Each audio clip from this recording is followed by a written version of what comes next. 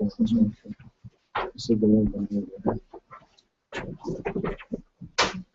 sorry. Thank you.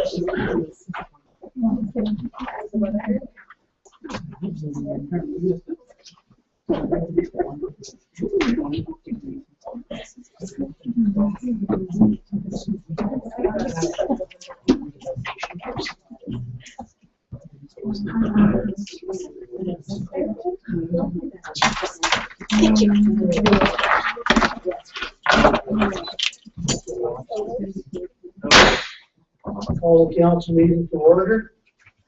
Motion to accept or amend the agenda.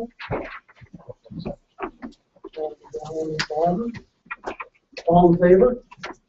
Carried.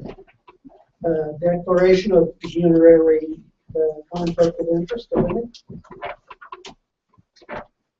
None noted. For the Reeves report, there's a number of things that are moving forward, especially we're getting closer and closer to homecoming. There's a beautiful display of different green, white, and purple decorations over at the store right close to Connie's office for those that are looking for them, and the colors blend really well together. So thanks to the decorating committee that have pulled that together. Moving forward, reading of the minutes of the previous meeting.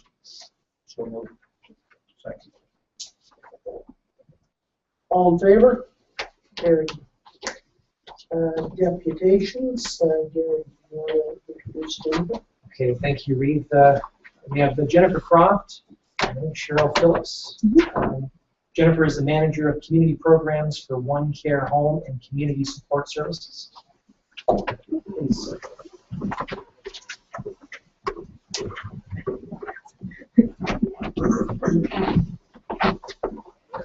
Thank you, Council, for allowing us to come speak. We're here from One Care Home and Community Support Services, which is a not-for-profit local charitable organization, and we provide home care and community programs to older adults, frail seniors, and those with disabilities.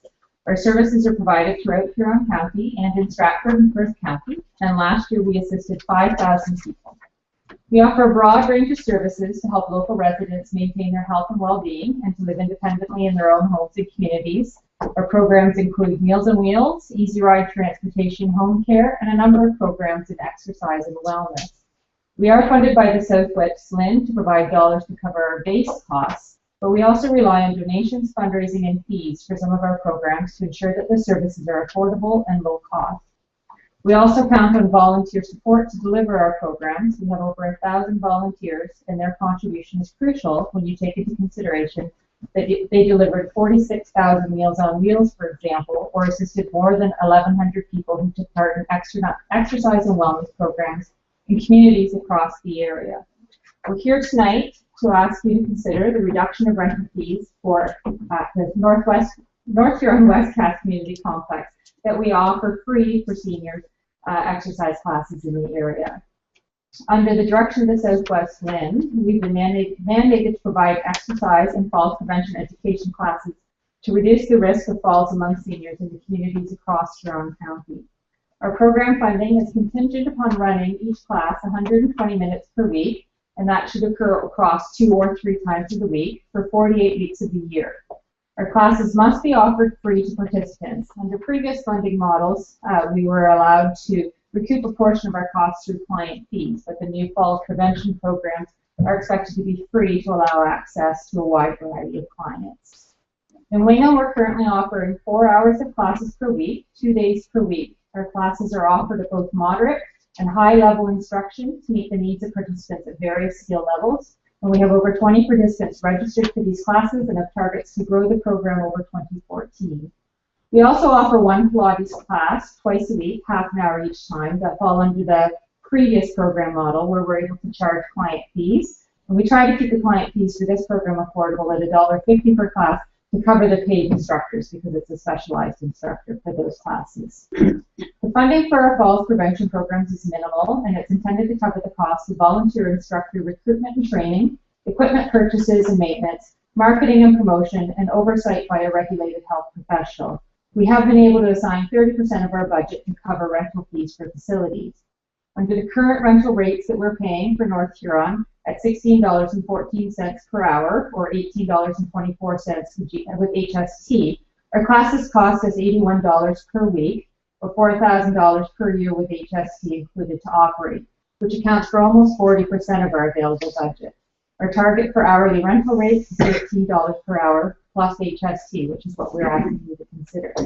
We did bring a handout that also has some feedback from some of our participants that we'd be happy to share with you as well. And Cheryl is actually very closely involved with the participants and can give a bit of feedback from them as well. Yeah, so I'm the wellness coordinator. I'm kind of on the ground person coordinating both the instructors and the actual programs at all the sites in Huron County. So I was the coordinator here at Wingham 8 years ago when we started up this program, and we're very happy to report that we actually have the same volunteer instructor who started out with us 8 years ago, was teaching 2 hours a week for us, and is now up to 5 volunteer hours a week from September to June volunteering for us. So very well respected and well trained individual volunteer in the community. Each year throughout our programs, we take the participants and we offer 4 different fitness assessments, and then we come back 6 months later and we can track their improvement, whether they've remained the same or whether we've declined.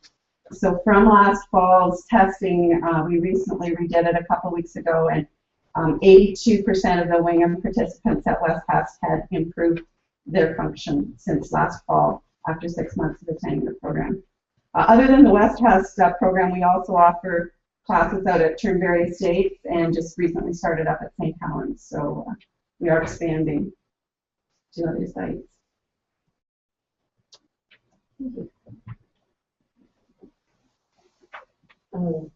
Questions? Hi, thanks ladies for coming. I know we've been working at trying to get you into council for a few weeks now. We've been offering the program at North Huron West Cast Community Complex for some time, and we've been chatting a little bit about offering it live, and maybe you can expand on your hopes to do that while we're here tonight, whether that comes to fruition or not, so that we don't have to revisit that again. Can we maybe talk about what your thoughts are on doing it? Yes, I did go to various sites in Blythe. The arena obviously is an ideal site. It's got a nice floor and it's very accessible and central. The rent actually was much, much higher than the West Path complex. I kind of thought that facilities within the same jurisdiction would kind of have the same hourly rate. So it really was way out of our realm of even considering. So we have currently started up at one of the churches. Its capacity is going to limit the program, so I do expect that by fall we will be needing a bigger facility as well. So should we be able to afford the arena at that point? I know there were a couple of other possibilities in Blythe as well, but again, I haven't heard confirmation of rental from them either. We're rent-free at the church, so that's really nice, but it's not quite big enough for us. I just wanted to comment back, if I may. I know my report is later on in your package. I guess I just wanted council to be aware that the rate for the hourly rate for the hall is much more than for the meeting space at the North Huron West Cass Community Complex. It has a much larger capacity, and so we have a rate to rent that. So you could consider offering it at a lower rate for their program if they wanted to use that space if they do grow out of this church. So we can discuss that later, but that's what I've kind of alluded to in my report. But that's for council's consideration. Rob? When I heard about this program, I was wondering why you would offer another program. There are already two exercise programs in Blythe. Are you competing with them? So our targets for our locations are actually set by the LIN, and so what they're really trying to look at, I'm not sure if the programs in Blythe are actually free, but these ones are specifically targeted towards falls prevention. So they actually include exercises that are specifically meant to reduce falls among seniors with an education component as well. So the LIN actually has provided the target communities that we're then required to work with and attempt to set up the classes within. Tai Chi program covers those things too, balance and yeah, so we attempt as much as we can to work with existing programs, so we're not competing, but at the same time we have certain requirements that the LIN has given us, so they have to follow what's called the Seniors Fitness Instructors course with respect to the curriculum that we provide from exercises. So Tai Chi wouldn't be one that we could link with readily and easily because it doesn't fit with the requirements that the LIN has given us for mandates for these programs. I just feel not right about subsidizing a program that's going to compete with an existing program that's been going on for, I don't know, 12, 14 years. And so now the other program in Blythe is one that we have actually taken over because that instructor was wanting to give it away. So it had previously been one of One Care several years ago. So that was the one at the Christian Reformed Church. That there's about 12 to 14 people. So that actually, she wishes to retire, but she wants the classes to continue. So it was opportune time to be negotiating with her. So well, that's fortunate. Yeah, she is, I think, going to teach until the end of May. We're in there once a week now, and then we will be twice a week. But I think she will stay on as a guest instructor occasionally in her retirement too. So yes, that's our preference as well, is to not, move into a community where there already is something and compete with that. We would rather work with what is there and enhance it. So I know that Tai Chi in all the areas is a different. They have a different funding model, so I don't know whether that would, be doable under the ministry's guidelines or not, because they kind of run their own organization for funding like that. We have tried in the past to offer Tai Chi. Blythe is independent. They're not part of the bigger London group. Yeah. They pay their own way. And some of the Tai Chi people do come up to our program as well. So it's a great enhancement. I don't think it's an either or. I think the more the better. And if there's more opportunities in Blythe, people can go 3 times a week. That's even better. Thank you very much.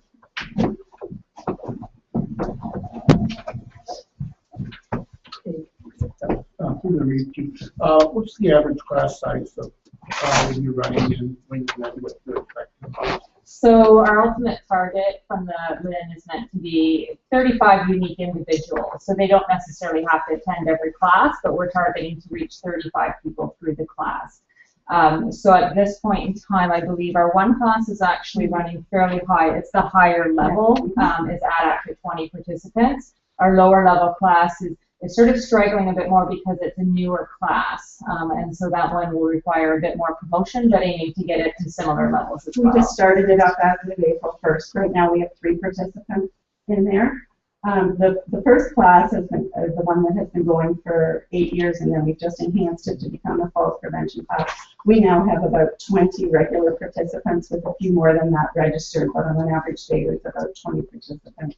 And we have gotten several new ones with the addition of the free. That was as of January 1st, where we no longer charge program fees. We weren't charging really exorbitant fees prior. We didn't really know whether that was a barrier, but free obviously is attractive.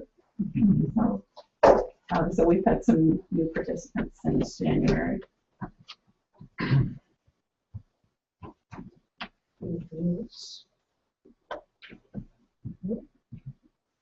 Well, thank you very much for that presentation.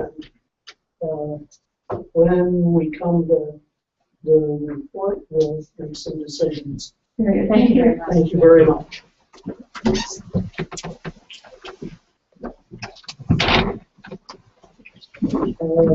Business arising from previous meetings, so selling along, and there's some points on the report on winning developments. So, Yeah, I'm just going to,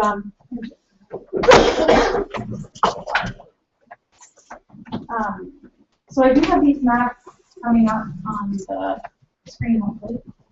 And I just wanted to provide sort of a bigger view of the draft plan. So this is the actual application, essentially, right here. This is draft plan for the Wingham Creek Inc. subdivision and the phasing plan on how it would progress and unfold. And then I'll just grab that. So, and this is, I'll just put this up here. This is the aerial photography with the draft plan put over top of it. So it gives you an idea, a little better idea of the natural environment area too.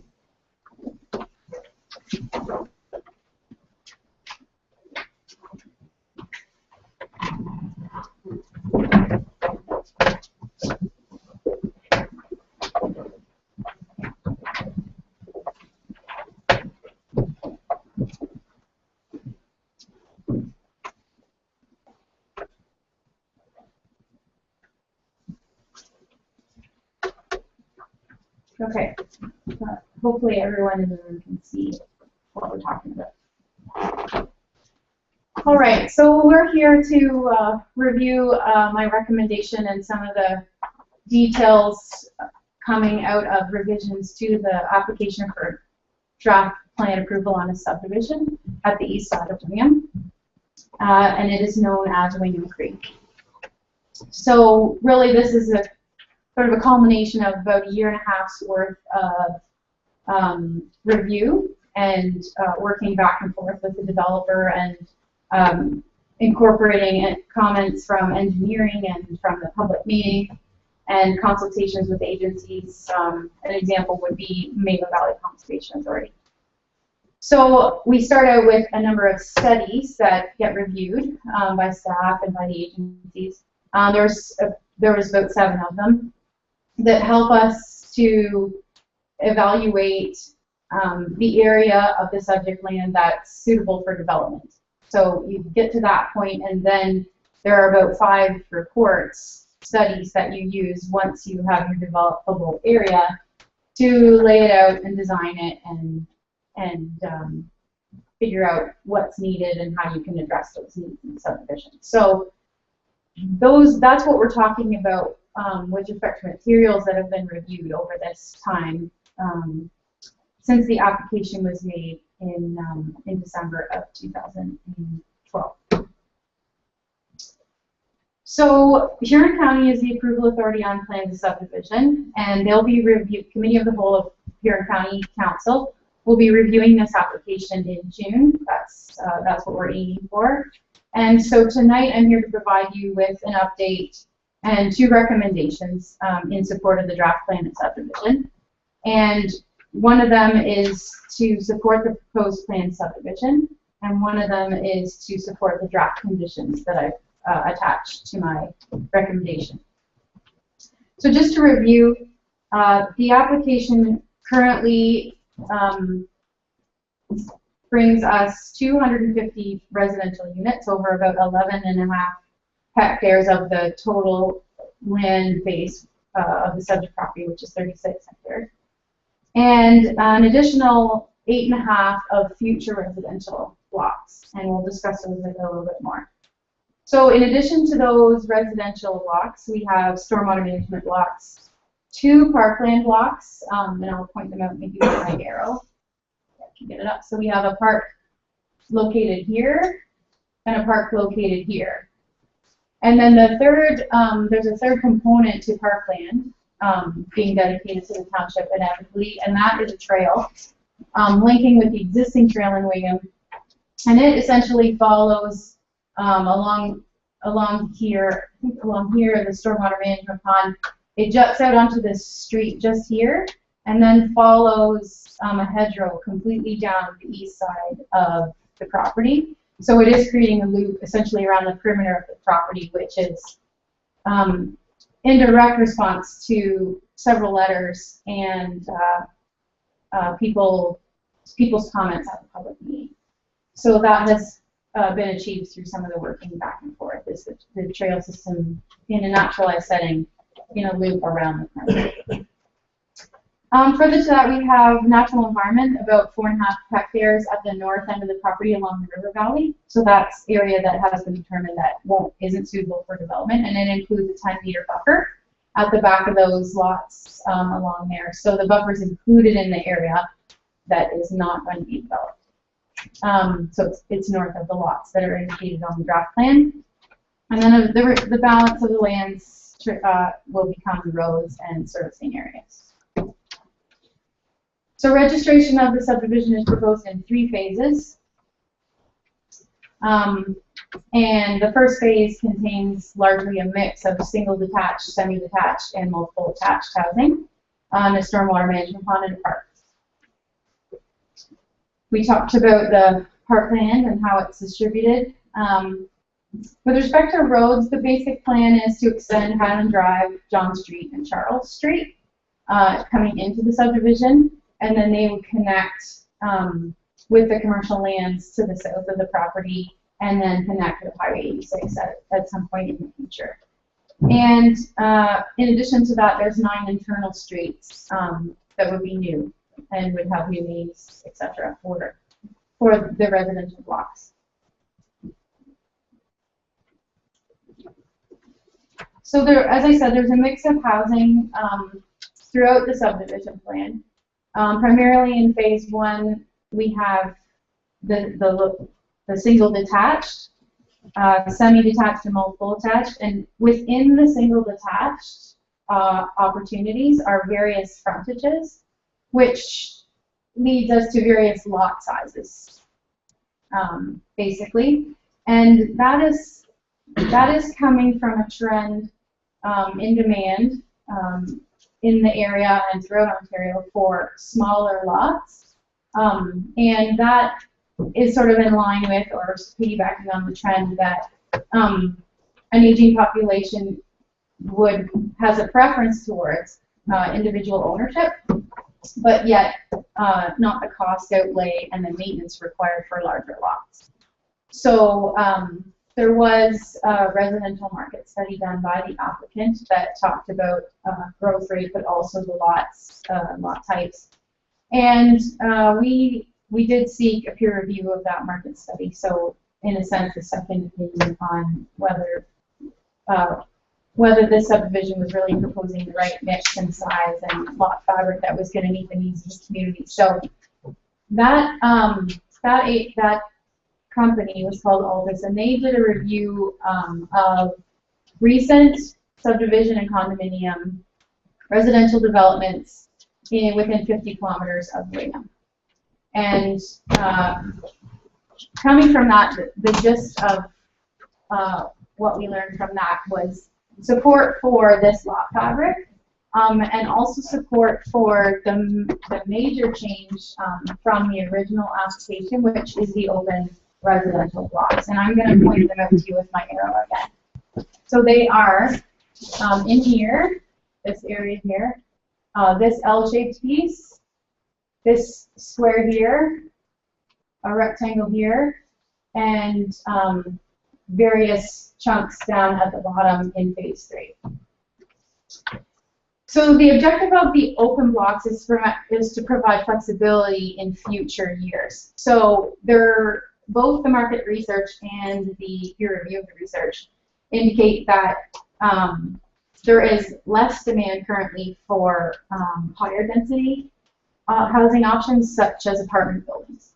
And so what this does is it allows us to accommodate apartment buildings or accommodate condominium developments that could take the form of bungalows, attached bungalows, or what have you, but they don't necessarily all face the street or have frontage on the street. So these open blocks allow for different forms of housing development in the future and help us to feel more comfortable about the lot fabric in general. So if you'll remember back to the public meeting in September, one of my major concerns was the relationship between the growth rate that I would anticipate and it being fairly like between 5 and 10 units per year, and prescribing a lot fabric that was potentially so far into the future that we really couldn't predict what might be needed then. So the compromise is the open blocks and the future residential land, and it really provides the flexibility that gives me comfort in the lot fabric that's proposed and our ability to manage growth over time. So, as I said, the open blocks and the lot fabric that is proposed for the single and the semi and the multiple attached were also supported by the peer review of the market research.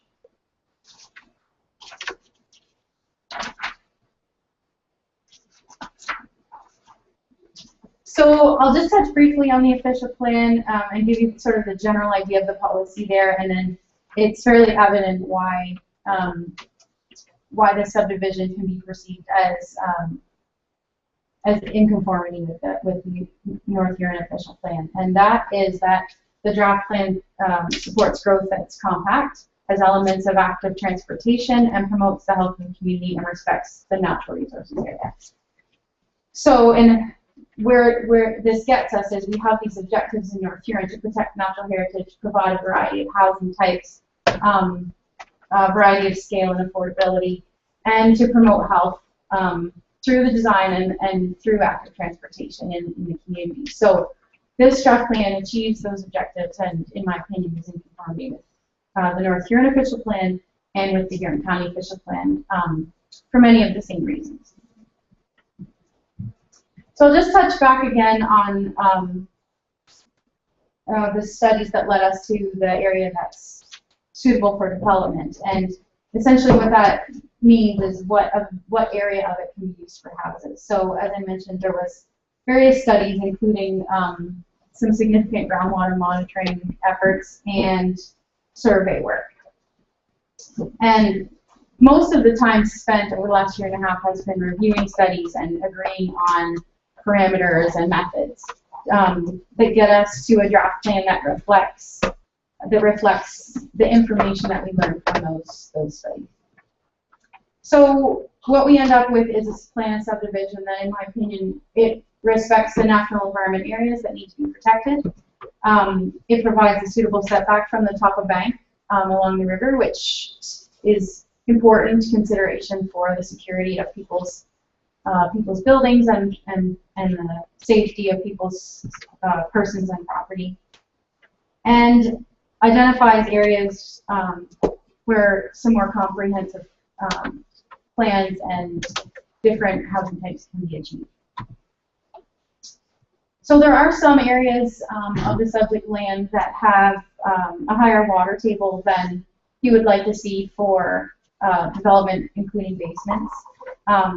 Essentially, the engineers of the developer and the engineers representing North Huron agree that the land is still suitable for development, but that consideration will have to be given for the ability to put basements in the whole subdivision and the ability to use other mechanisms to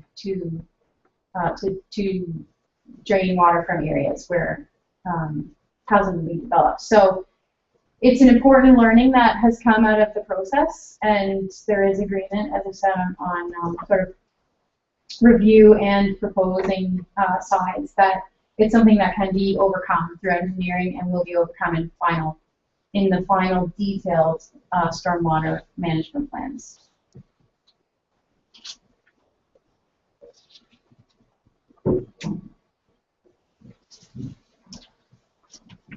And just to touch finally on lot size again, I talked about a trend towards smaller lots and it being what is more in demand in today's housing market, but also it allows us to achieve, as a township, allows the achievement of some greater efficiencies and especially from a servicing point of view and a land utilization point of view.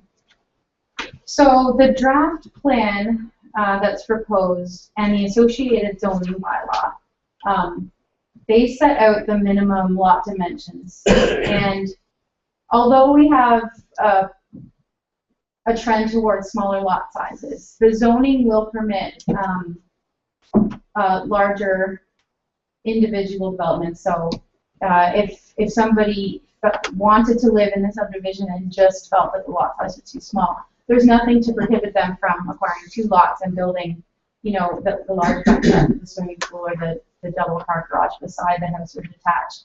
So the zoning and the draft plan do work in concert to allow different scales of development throughout the subdivision, but really does address a need for a current demand for smaller sizes.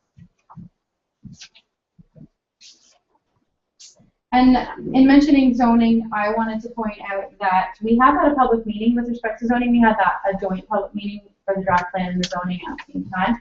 I am recommending that North Huron reserve making a decision on the zoning amendment at this time. We're still working out some of the nitty-gritty around zoning, and I think enough time has passed that we need to revisit it in detail before going ahead. And it's also wise to deal with draft plan approval and then zoning. And so zoning suitable to the satisfaction rather of the North of the Township of North Huron is one of the prescribed conditions. And I think we've covered the 2 main concerns at the public meeting, which was the trail and servicing. So the concern about servicing was the costs associated with servicing, and I can attest that the conditions that have been drafted clearly put the cost of servicing infrastructure onto the developer, and that's typical through any type of development.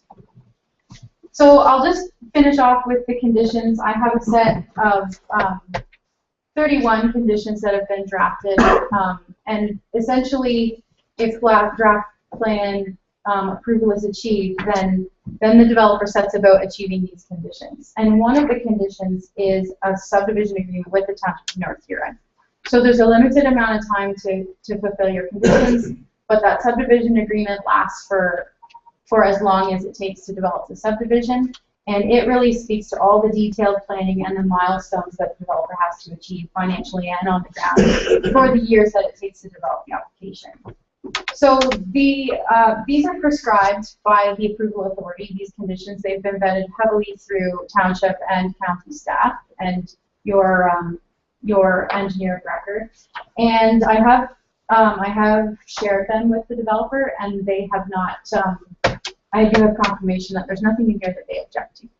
So I have, and you have them in your package. So if there's things that you want to discuss, let me know. I think it's a fairly comprehensive set of conditions, and we did spend quite a bit of time trying to get that right and to make sure that it covered the municipality and the things that you will have to take care of and to be interested in.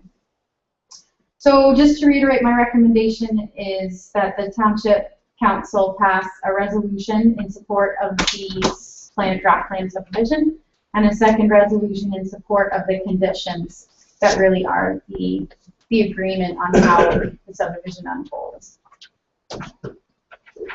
And I will point out that the applicants represented Jane McFarland's here from Weston Consulting as well.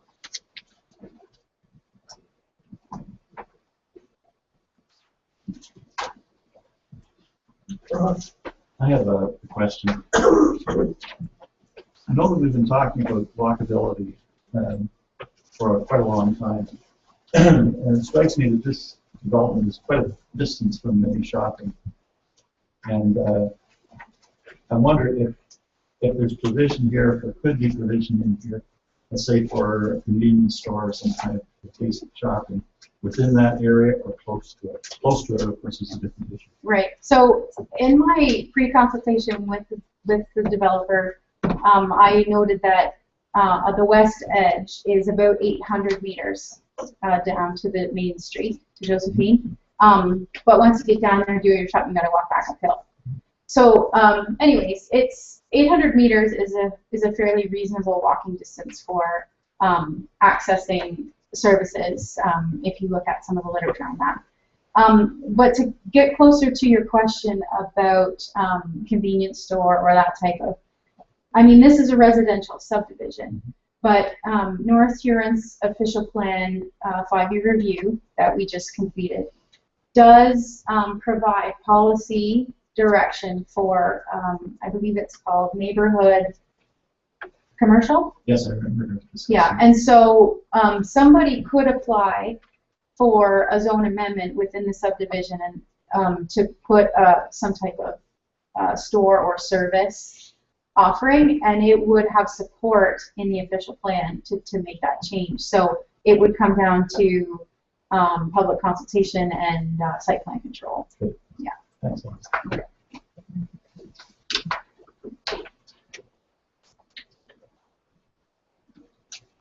Any other questions or comments from council? Lee? When I read through this, I noticed and read that we seem to be aiming our subdivisions to more of a senior population. I wonder if why we would be targeting seniors when we really want growth and to get growth we need younger people. And so is that kind of a contradiction in the subdivision targeting seniors? Where are the young people going to live? Right. Well, I imagine Jane has follow-up comments too, but this subdivision doesn't preclude development for families, not at all. In fact, it's really open to any type of residential development, and I've tried at least to focus on flexibility, and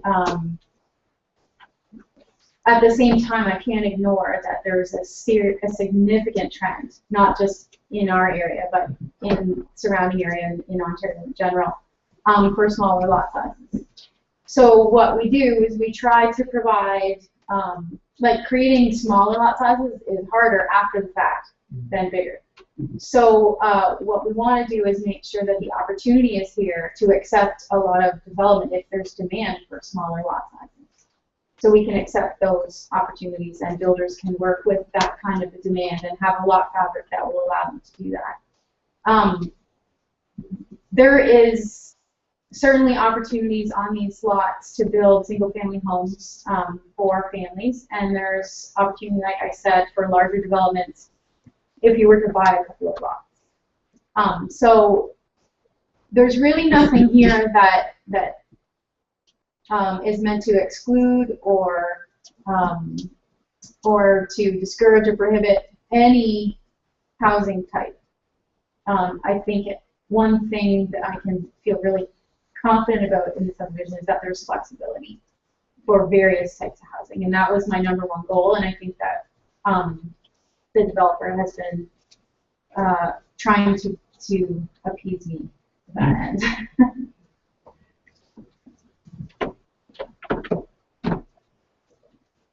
Okay, anything else? Right? Sally, the extension of Highland Drive to go across the parcel land in Western Way to 86, Highway 86. So that will be all done before, that right away will be all okay before the development. So how this works, you can see on the phasing plan here. Phase 1 is a group of sub-phases. So A and B would happen first, and I guess I'll back up a little bit. Phase 1 would be registered first. That means those lots are created. You have holding zones and various things to make sure that the roads are actually built before anyone can actually get onto their lot. And that the developer is providing all the services needed to support those lots before they're actually given a building permit. But within the life of the conditions, which I'm proposing is 3 years, each of these phases would, the final plans and engineering would come together, the final, like the fine detail, and each one of these would get registered. So those road allowances would essentially be created within a 3-year period if they were to meet all of these conditions. And then you look to the subdivision agreement for the construction of those as it gets built out. So the very first pieces to be built would be to connect Highland Drive to John, because they're in subphase A and B. And so we wanted to create that loop early on in the process and make sure that traffic could flow through. Phase 3 contains the connection to the commercial lands and out to Highway 86, and that is obviously the last phase that's proposed. So the connection to Highway 86 will be dependent on demand, and it will be dependent on the commercial lands as well. But the road allowance will be created within the 3 years, but whether the road is built is a different matter. Or at what time it's built is a different matter.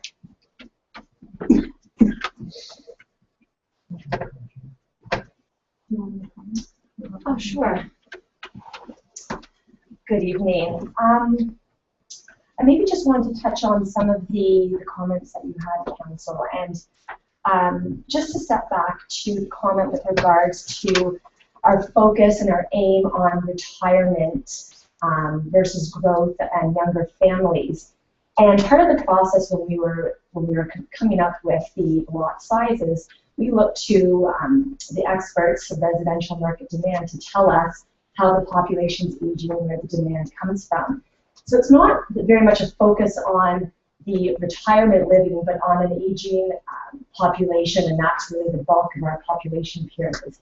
But at the same time, also recognizing this land and its location, proximity to 2 schools, and the smaller lot sizes, which actually is also focused on younger families with less kids who want to be in close proximity to the schools and the services.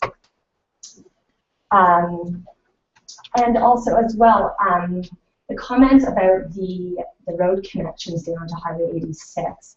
We had a traffic impact demand study completed, and they, that those experts told us at what time certain aspects of the road were going to be constructed. But a comment that did come up, well, actually, the subphasing that you do see today was reordered slightly from our original proposal, and we did hear the demand to have that Highland Creek loop completed in the early subphases. So that was incorporated, but also the flexibility or the possibility to proceed with phase 2 should the commercial lands come in before, and that's entirely possible. And we have acknowledged and confirmed with Sally that should there be that demand, that we can definitely look at proceeding with phase 2 and that road construction in phase 3. Pardon? Oh, sorry, phase 3, which would be then our second phase if there's that demand. So I just wanted to clear up that point. And I did just want to, as an overall comment on behalf of the developer who sends his regrets he could not be here tonight, did want to just thank staff and council, both staff at township and county level, and the warm, gratitude that we have for everyone's acceptance of this proposal and working with us for the past year and a half to address the comments and come back to you with a proposal that the county and the township really likes. So I'm here to answer more questions should there be any, and I'll just leave it at that. Okay. It looks like it was a thorough presentation, so Sally and Jane, thank you very much. If there's nothing else, we'll move on. Or do the motion at this time. Do I have it? Miguel? Motion to pass the resolution supporting draft conditions within the attached as per salary report. Seconder? Reach? All in favor? Carried. And I'll pass a motion supporting the proposed plan of subdivision and directing the clerk to forward the resolution and documentation to the County of Huron. It's required under section 6 sub 3 as per salary report. Thank you. Seconder? Bernie? All in favor? Carried.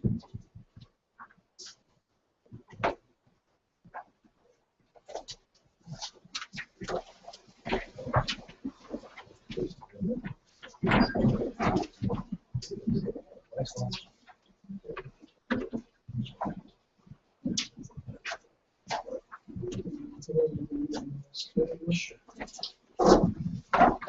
Okay, Gary? I just wanted to revisit the North Huron representative vacancy in the West Ontario Board of Directors. An advertisement was placed in the May 7th and May 14th editions of the William Advance Times, seeking applicants for the West Ontario Board position. This will confirm that I received one resume, and that was from Mr. Bart Cameron. I think many of you are familiar with Mr. Cameron and his credentials and his experience. And so I'm looking for a council motion as to whether council chooses to appoint Mr. Cameron as the municipality's representative to West Ontario's Board of Directors.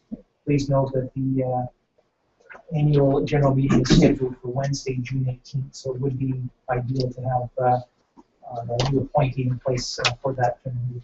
I'm going to make a motion to appoint Mr. Cameron to the open position. Alan Campbell. All in favor? Carried. Okay, thanks.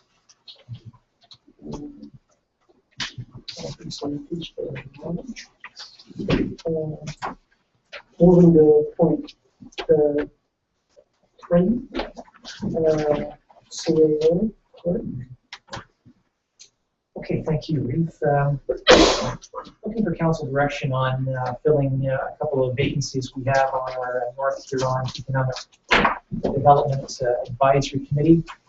Jeff Elliott and Doug Kuikenhoven from the Blythe and Wingham wards, respectively, have resigned from the committee due to work commitments. So we need to fill those two community positions, and looking for some direction from council on how to fill those positions. A couple of thoughts is that I know that the county is looking at a new economic development governance model whereby they're proposing to create a new board that would have more business folks rather than elected officials. And so there is the option for council, if you wanted to increase the number of community representatives and have less elected officials, or you can simply look to fill these two vacancies. Just a couple options for your consideration. We could advertise for the positions in the local papers and see what sort of interest we get. Certainly the committee has been active. We'd like to be more active, and it's important that the committee have community representation. I think the councillors that are on the Economic Development Advisory Committee would agree that our committee has worked well because there's both the political perspective as well as the business perspective from the various boards. Right. I would strongly suggest advertising for nomination, because I think it would be interesting to see who is keen on giving that kind of leadership, and perhaps it's a way of finding the best resource. I make that a motion. Second. Further discussion?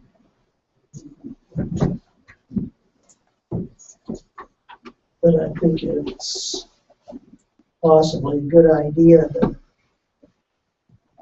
maybe advertise that it might bring people forward. I think one of the things that really is working is that I'm still in a wait and see over some of the county change of focus. I think there's some really good parts to it. That it's one of these things, I think we want to think either of people approach us or think carefully on who we would ask as ones that might have time to think about some of the economic development measures and what they see as things moving forward. Dave? I'm going to support the motion, but I would also suggest that when we have people that respond to the ad, we don't limit it to just one person from each municipality, and probably two people would bring more to the table. That I would agree with the number of people that having it, don't restrict ourselves from getting good advice. So just for clarification, we've lost 2 members, but we're going to add more members from all 3 wards. Then we're just not looking for somebody to replace the 2 missing positions now. The East Orange has to have. We're looking for all 3 locations. Sure. That's my understanding. Okay, that's right. Well, It's sort of a separate issue, but the county structure is very open and fluid. It's really, I don't think it's really settled into any particular stance. I know there are pressures and there are attitudes, but I think it's so. it is very fluid as yet as to what structure it'll be by, I'll say, the end of the fall. The thing of it is, it's something that if something better can be brought forward, the opportunity is there and it can be brought.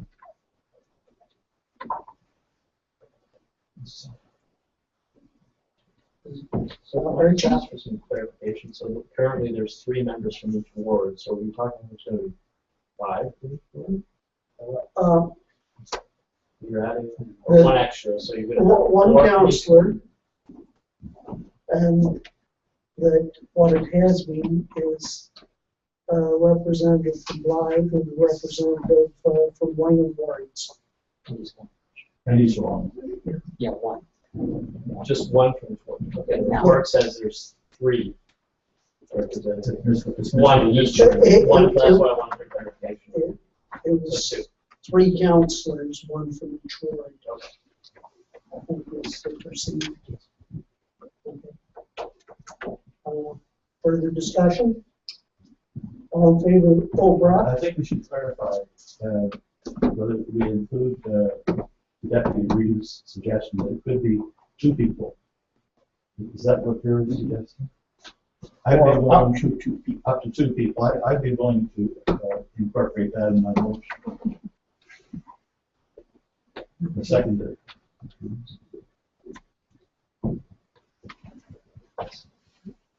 Okay, you ready to vote? All those in favor? Carried. Commissioner Kyle said I know or make a motion that I know to thank Mr. Kyle Bowman and Mr. Elliott for their dedicated service to the economic development. I think it's going to be a real loss to the community.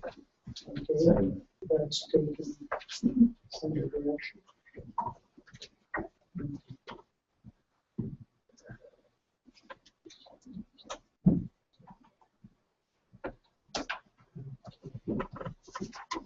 Economic Development Resources.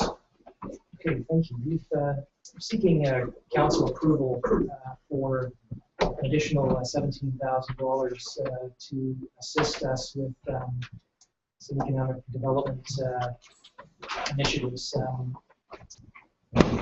We've identified, council and staff have identified several small projects and initiatives that would assist us with marketing and branding and our ability to attract commercial and industrial development. And I've outlined several small projects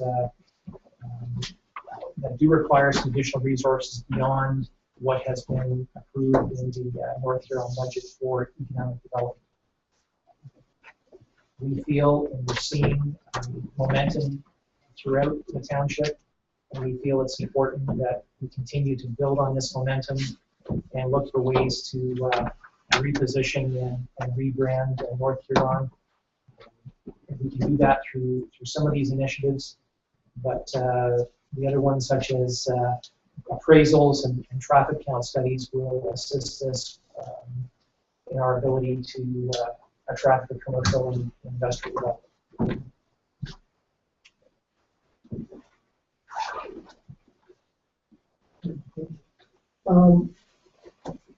First off, I'll make the comment that this is extremely similar to what I understand St. Huron has done this week too. The same $17,000 towards economic development. I'm going to try and be a pioneer for you. Is that the trend that everybody else follows?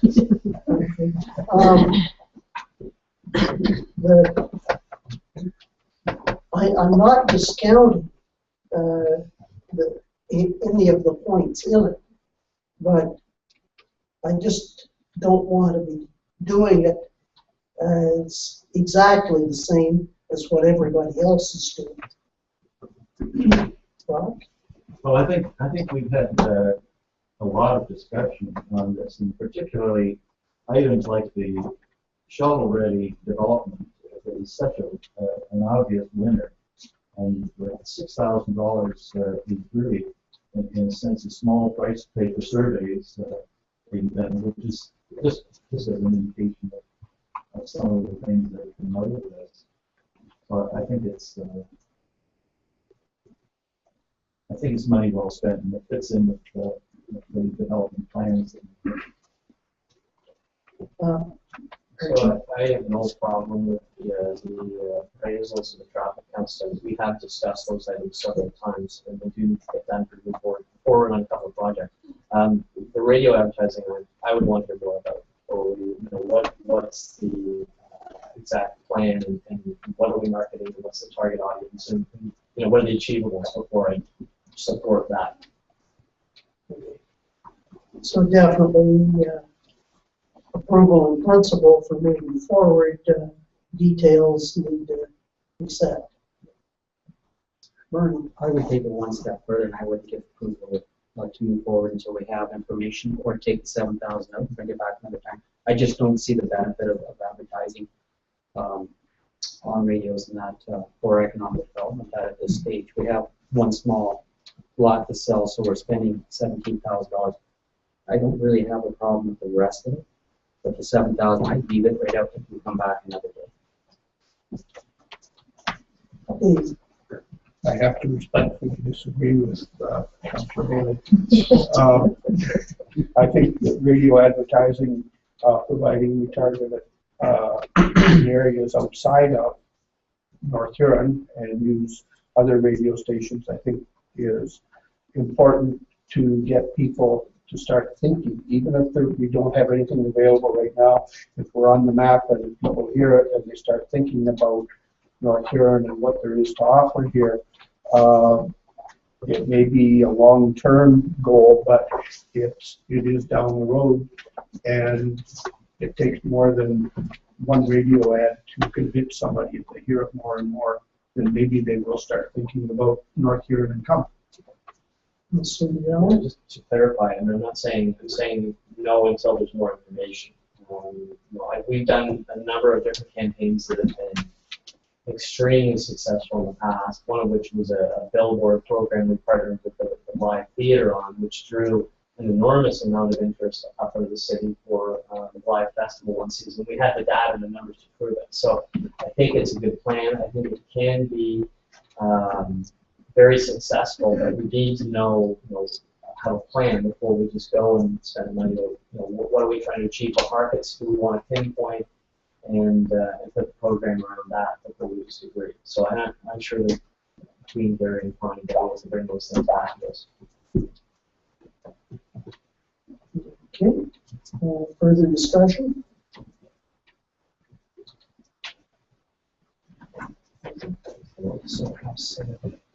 I'd make a motion to approve all the items, save the $7,000. It's already a motion. Is there a motion? I don't have them. No. Sorry, I thought I made them. Gallon and Bailey. Mine's the same.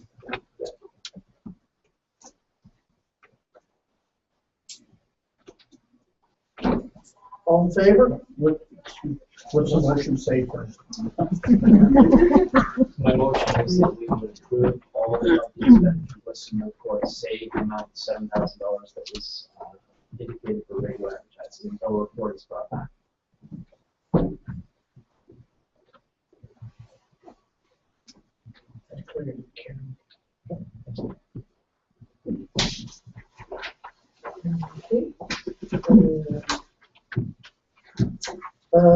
Point 3, the source protection municipal implementation fund timeline extension. I think it is only reasonable that we try and identify the timeline when all the stuff over source protection is approved and in place. That's motion to follow through with the letter. Yes, yes. Okay, Wadden and Callahan. Any discussion? All in favor? Carried.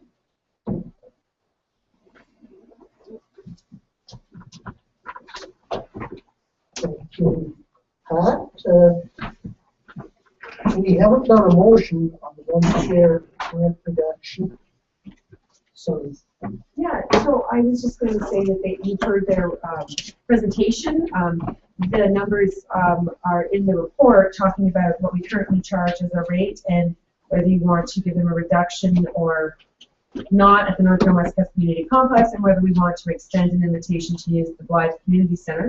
I think it's always a challenge to offer recreation programs that are free because we have expenses, but on the other hand, we do have an aging population and we do want to offer programs that are accessible in our urban centers, such as Blythe and Wingham, and make them accessible to our residents. It sounds like they're getting excellent numbers.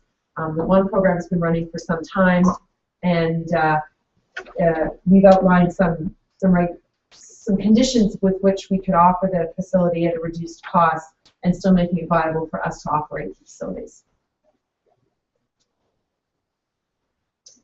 I would make a motion to go ahead and do this rate. okay. That's a motion. Is that for both sites or simply, so at the rate that they could afford, which she mentioned there, which she had never given me that number before, but I can talk to her for clarity about it. Yeah. And Brock. Do I have a second? Okay. Further discussion. Brock? I'd like for you to ask Pat to explain the problem with the large room in Blythe, which would be time of a huge area, and they would have to vacate it if we had a renter for that. Could you explain that? Right. So we just started actually using that space up in the hall for evening fitness classes in Blythe, extending our program to different wards, which was part of our strategic business plan. And so it is a large space, and therefore it can hold a lot more people than they will ever get for fitness class.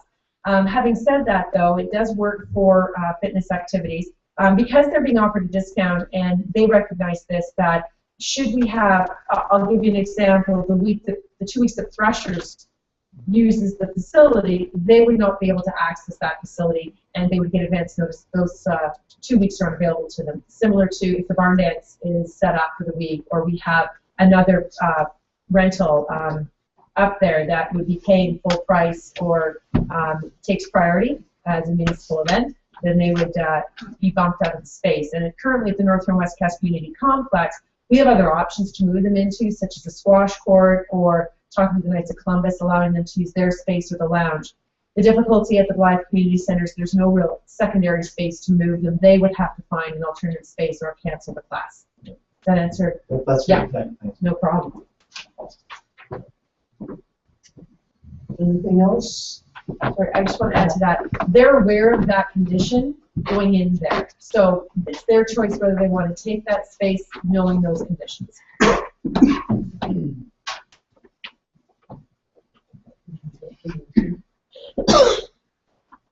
Those in favor of the motion? Carried.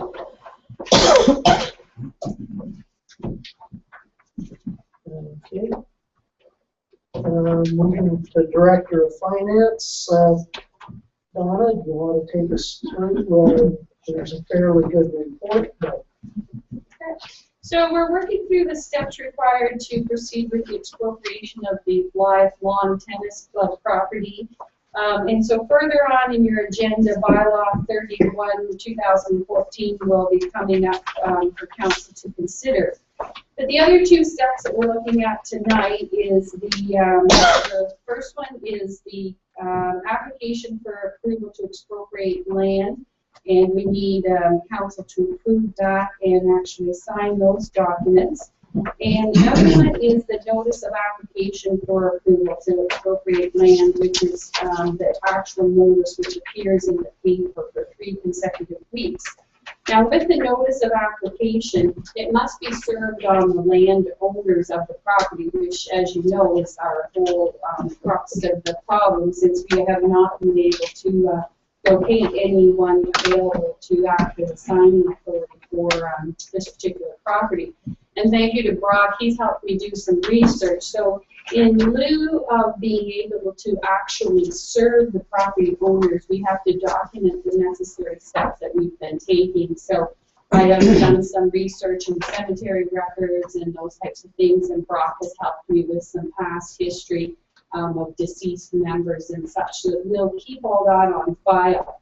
But however, should there be anyone come forward, it will appear in the newspaper in Blythe for 3 consecutive weeks, outlining that council is giving notice before actually expropriating this land. So at this point, I'm looking for a motion that council approve the application for approval to expropriate land in notice of application be noted as served, since no signing authority for the Lawn Tennis Club can be located. So that would be a motion. one motion. Yes, please, that would be fine. Brock moves, James seconds. Any further discussion? All in favor? Carried.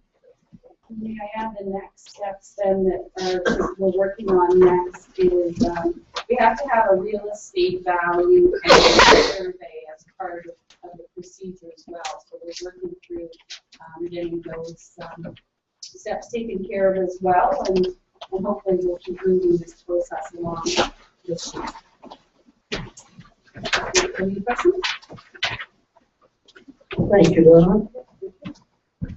Okay, moving to point 6, Director of Public Works, Dylan. Thanks, Neil. I brought forth my recommendations at the last council meeting, but I wasn't in attendance, so there was a few questions that came up. I'm asking council to authorize a negotiated method for roadside grass cutting. If there's any questions that I'd be able to answer. Brock, you I'm very uncomfortable with using the negotiation method. This is a $20,000 a year project. For 3 years, it's $60,000. I think that has to go to 10. I don't think we can. Even if we think there's nobody else with the proper equipment or the skill or whatever to do this, I think we have to prove that through the tendering process. I understand why Kelly is making this proposal, but I think that given the amount of the contract and the circumstances, I would be opposed to adopting that report. Since the last meeting, we tabled the motion. Do we not need a motion to bring it back to the table? That's correct. That's I'll make a motion that we bring the grass cutting, roadside grass cutting back to the table. And Councilor Campbell seconds. All in favor of raising? I say ditto.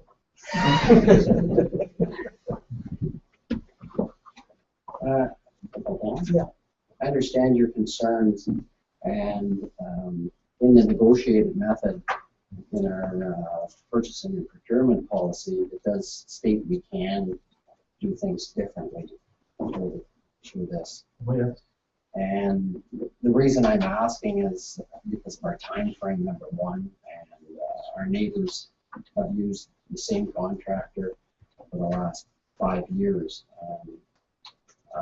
The county right now has a number out for a kilometer of grass cutting, roadside grass cutting, and it came in at 184.96 per kilometer. Ours is 219 per kilometer, using the figures that I have, and the contractor's coming in at 174.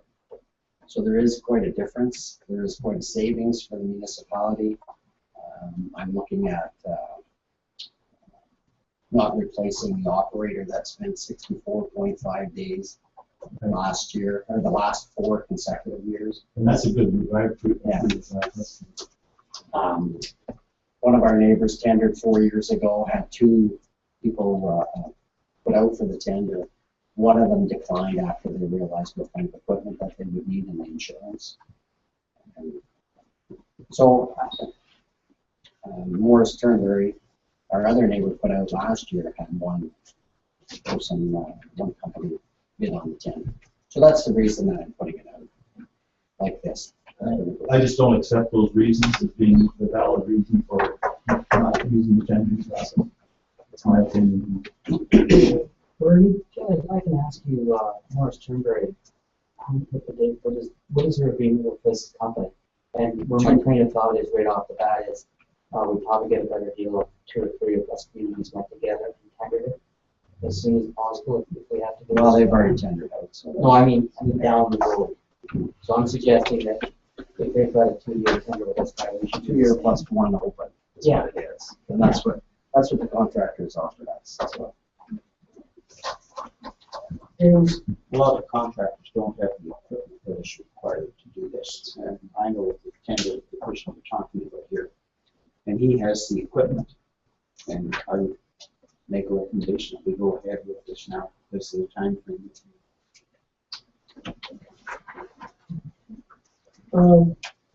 One thing, and there's a little more information in the report. Point of order, Your Worship. Councilor Campbell just made a motion. I'll second the motion.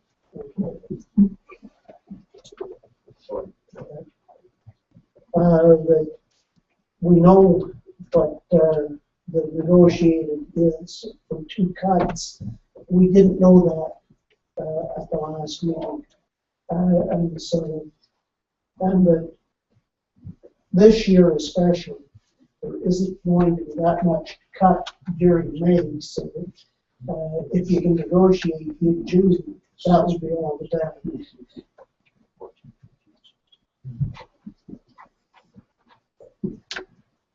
Just a couple questions that came up from the last video. I think you have spoken about over the last couple of weeks. But one question was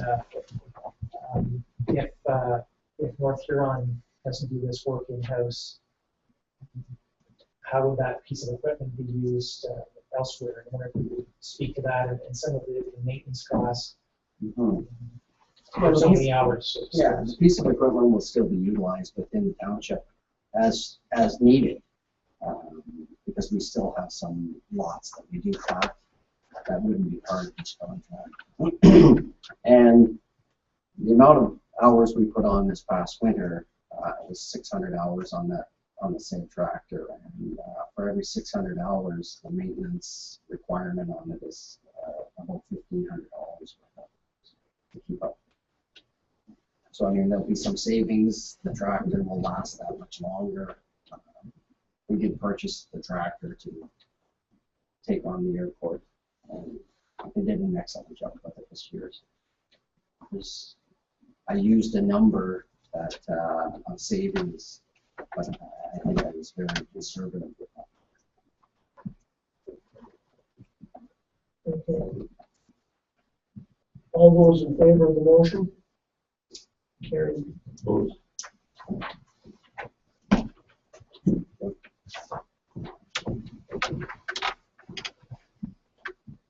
Okay.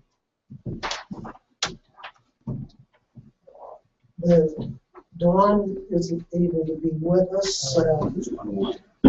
Oh, sorry. Surface treatment report. Sure. Briefly, remember. Yeah. So we joint tendered with some neighboring municipalities, and actually the cost came in a little bit lower than what we expected.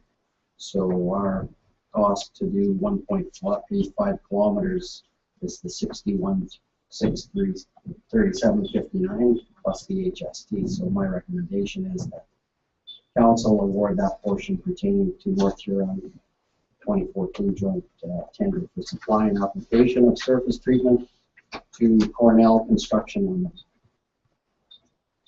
Any questions? I'll make your motion. James and Brock? Questions, comments? Ray? So, Kelly, the money that's going, remaining capital money, that'll be for crushing this year? That's what I've asked now there. And further authorizes the Director of Public Works to apply the remaining capital money to loose stock maintenance, which is crush, supply, and deliver gravel to the township. Sad to give motion. Yeah. Anything else? All in favor? Carried.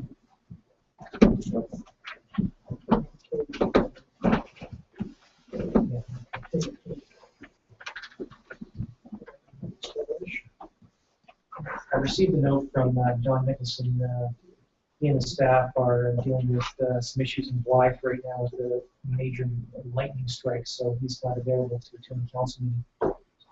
He's provided his report, and he would like two motions. One motion to accept his report, another motion to adopt the 2014-2015 operational plan. If there are any questions about the plan, we're certainly comfortable deferring approval until the next council. Asking for approval of the report first. Reach and Allahan. Any questions?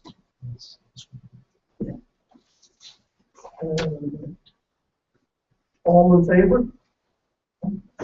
Okay.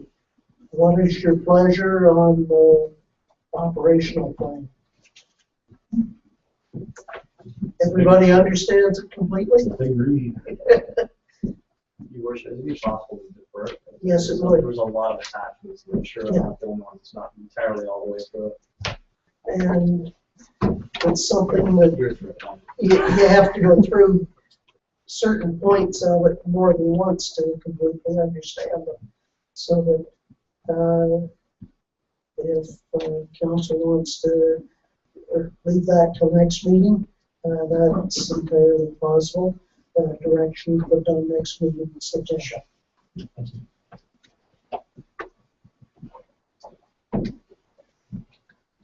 Okay. Moving to point 8, Fire Department of North Huron. David. Well, as I'm starting to feel like a broken record, but our level of activity is the report I'm handing out was printed at 4 o'clock, and at 4:30 we had one significant fire call, so the data you're getting is already obsolete. So the 2014 year is I don't know. In my previous career, when we were really busy, it was a really good thing. As of tonight, we're at 85% of the normal year's fire call hours, and we're at May 20th. And when I say normal year's fire call hours, that's based on the average of the last 4 years. So it's not just a one-year number. FD&H is responding to a call every 36 hours, and that's been going on since January 1st. The last 48 hours, we had 4 calls, and what's a challenge for us isn't just the volume of calls, that the severity of the calls is quite notable. We have a lot of large fire calls, a lot of calls involving substantial damage. And while all this is going on, some of our neighboring fire departments are running at about 40% of their normal annual call volume. So when people are asking me how I see the rest of the year playing out, I really don't know. April was a relatively normal, sort of quiet kind of month as of 4 o'clock before we had our most recent fire call. May was already 20% more than April's payroll for hours and activity. And this is a challenge that plays out on many fronts. Obviously, it's a toll for our firefighters and families. It's a challenge for us on the budget side. We continue to be very appreciative of the support of our employers. Without the support of our local employers, letting their employees leave to respond to emergencies, our ability to manage emergencies would be severely limited. It's also taking a toll on our equipment. Councillors, you'll see that 2 of our 3 frontline fire pumpers have had to go in for service to Cambridge. We've got a tanker that's leaking oil from the engine. We're getting a report on that. We've got a compressor issue with the breathing air compressor at the Wingham station. And routine wear and tear is normal. It happens to equipment. The amount of activity that our fire equipment has been working at in the last 4 and 5 months is just incredible. And the final point I have on my note there is that this all plays out in that the dollar value of structures saved by Fire Department of North Huron activity as of noon today in 2014 is already greater than FD&H's 2014 operating budget. So while we are working hard, our equipment's working hard, and on many fronts we're paying for this. The payback is that we are saving our community structures and valued contents. I'm repeatedly asked, what should we do? What can we do about the call volume? And at our officers meeting last week, we discussed sort of the calls we've been going to. First point is that none of us, and some firefighters have been on for significantly longer than I have, none of us can ever recall ever having this continuous volume of large, substantial workload fire calls ever. The second thing is that we've got all these fire calls coming in, but there is no rhyme nor reason. Take today's call at 4:30 was called in as a typical hydro pole hit with lightning. Well, the lightning hit a tree which ruptured a natural gas line, and we had flames 20 feet in the air from a natural gas fire, as opposed to your routine hydro pole on fire. Through the night, we're out to a manure pile fire, which is always a great way for firefighters to end their long weekend. Spending 4 hours putting out a manure pile fire. And that's the second manure pile we've had in 4 weeks. And we haven't had one since FD&H was established. There is just no rhyme nor reason what's going on, but it's just non-stop. And as a fire chief, I'm very appreciative of the support of council. But more than anything, I'm appreciative of the firefighters who continually, even though they're tired, even though their wives are cranky, their husbands, their boyfriends are cranky, they're not home or wanting them home, continually respond and continue to go out and look after the citizens of our area. A few public safety messages we do need to get out because while they may not affect the number of fire calls, they are important. And that is that if you do have a fire, we would ask you to call 911 or make sure somebody is calling 911 before you try and extinguish it yourself. A fire will double in size every 90 seconds to 2 minutes. And in some cases, while people are trying to put out a fire that may be too big for the fire extinguisher, that fire is growing substantially. By the time we get called, the fire is well underway. Last year's Fire Prevention Week message was around kitchen fire safety, and it's the #1 area in the home for fires, as the kitchen. We remind people to pay attention when you're cooking meals that you're watching what's going on in your kitchen. And the last one is it's spring, and although it keeps raining and raining, it is the time of year where people are burning brush and other things as part of their spring cleanup. And on one of the June council meetings, we'll be bringing an updated burn bylaw.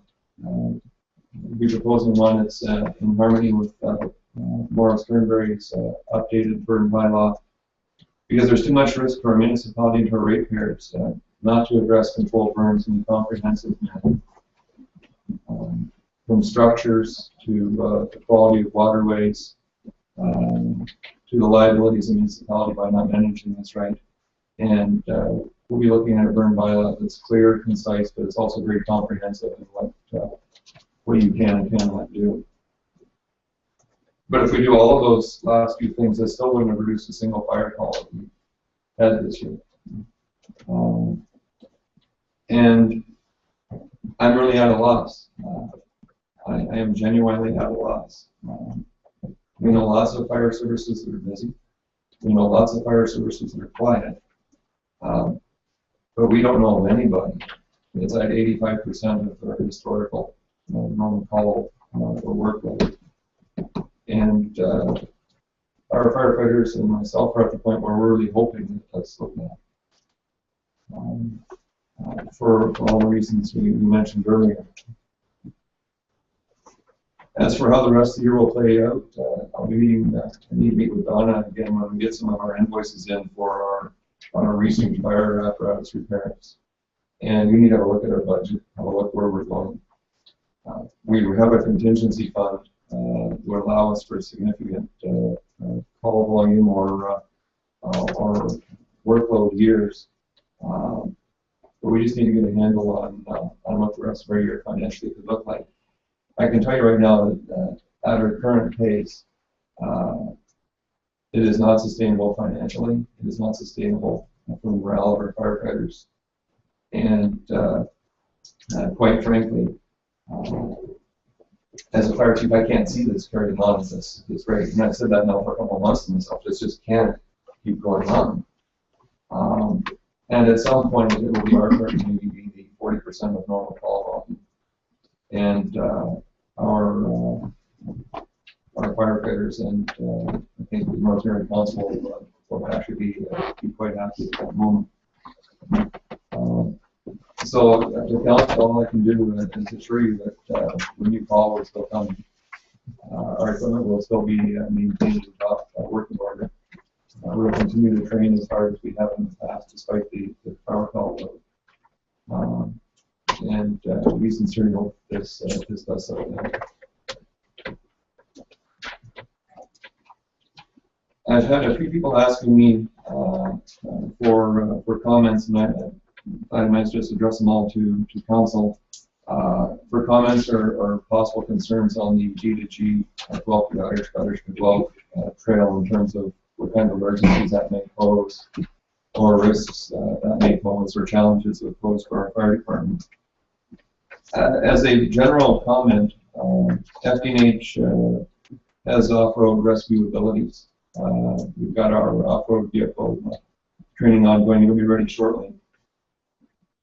Most fire departments, and put ourselves in that category as well, prefer it when people use properly managed trails or trail systems.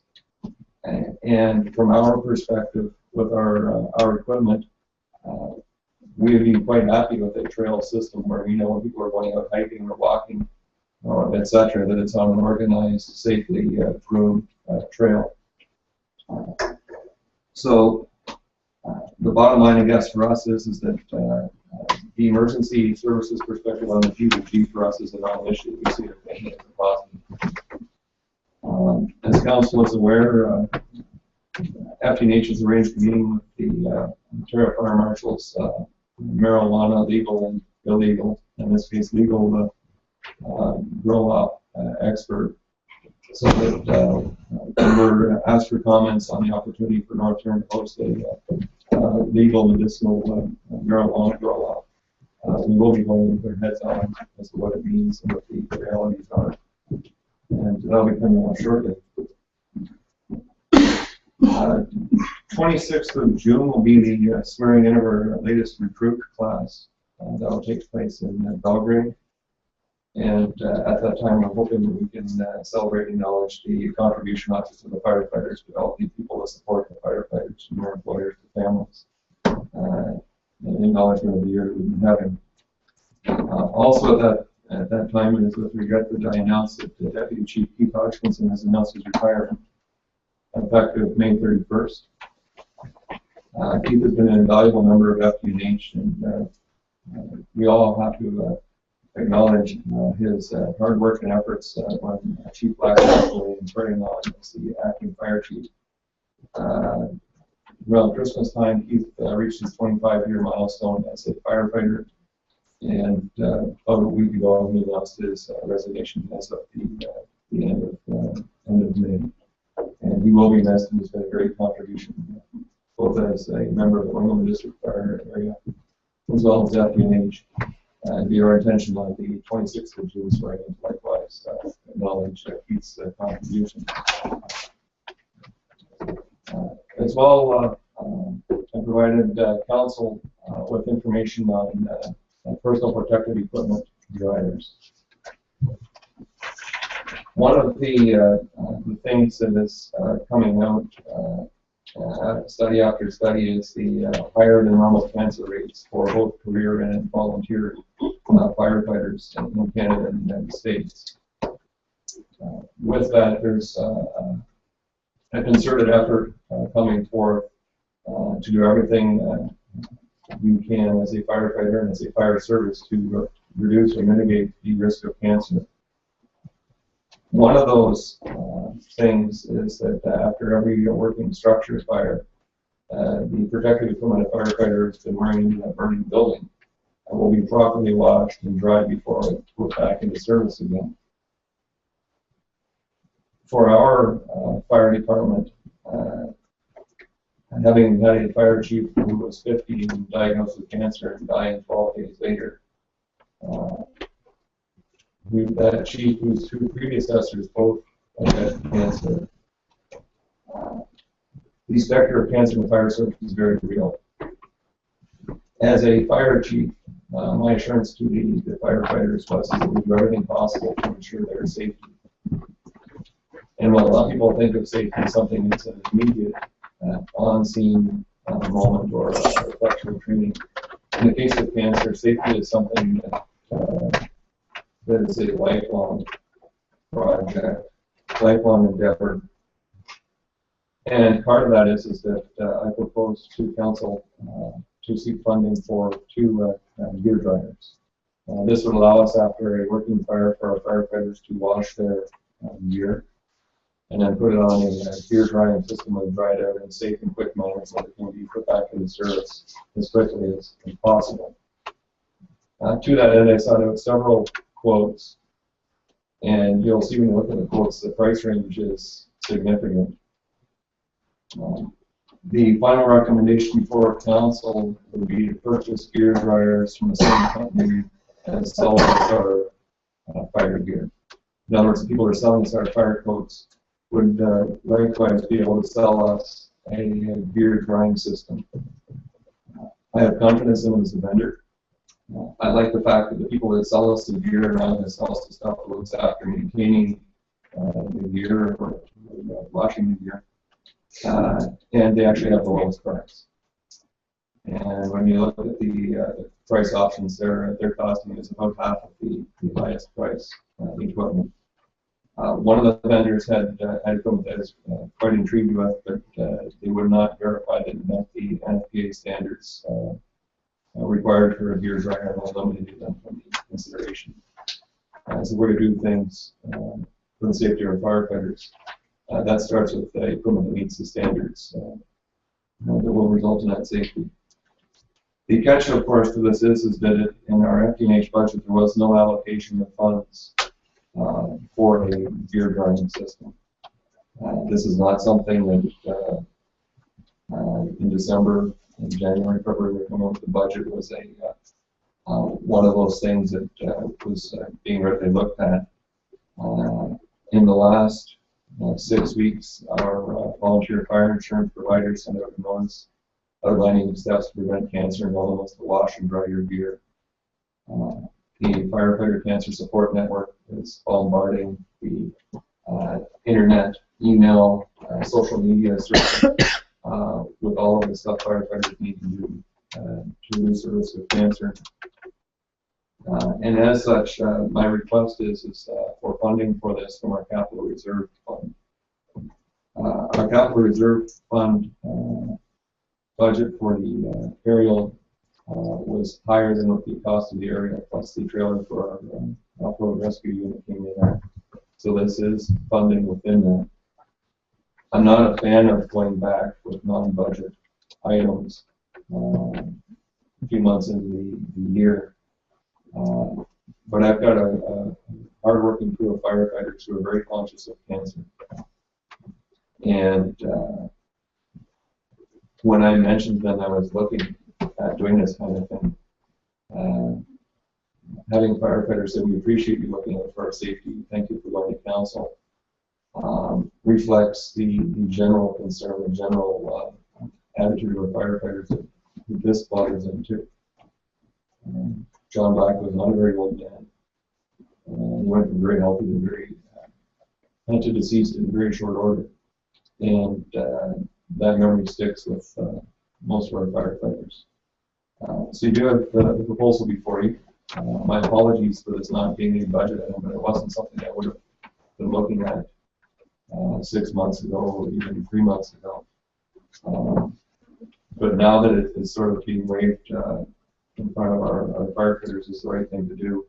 And the studies are there to back it up. I would ask for your consideration of the proposal. I'll make that motion.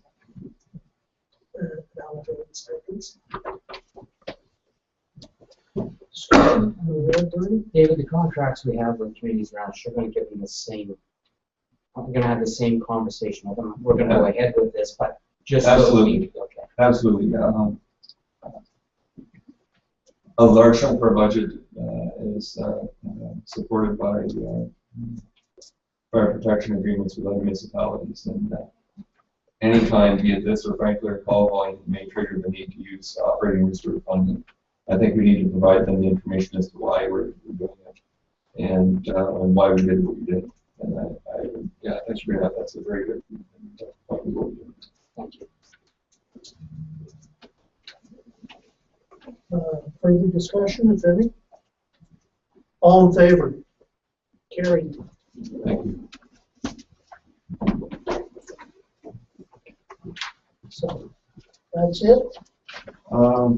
Mutually bylaw will come later in the agenda. Thank you. Well, thank you very much, David. James.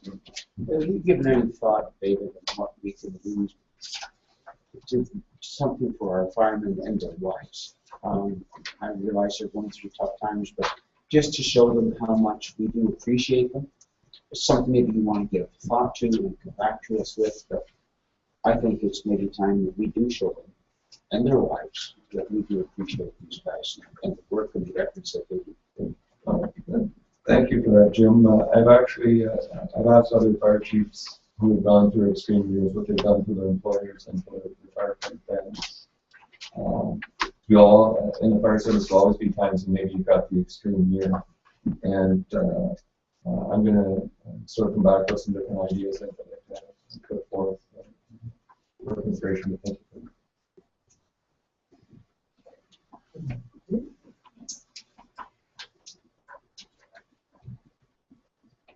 Okay, moving on to new business, point 1, Ontario Good Roads Association,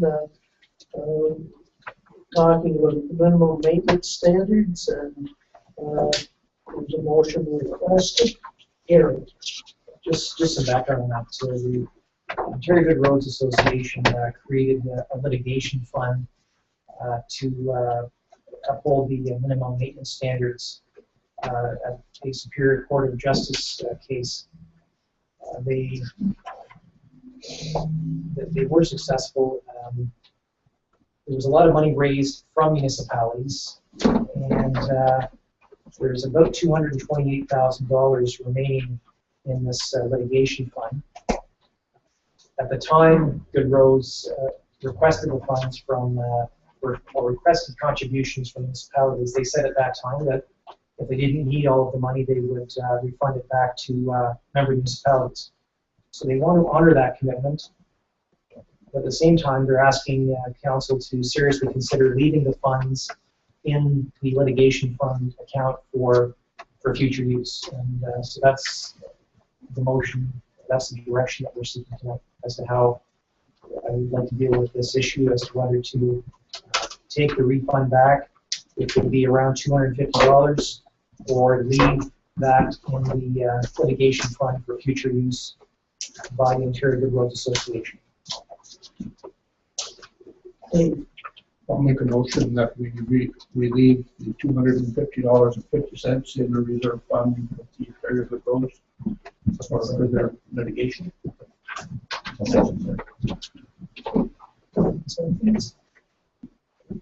Any discussion?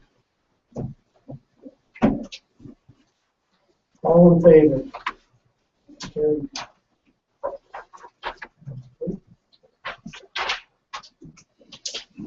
And point 2, the Huron County Planning and Development, potential of leasing the former CPR lands in the province of Ontario to allow for its use as a public recreation trail.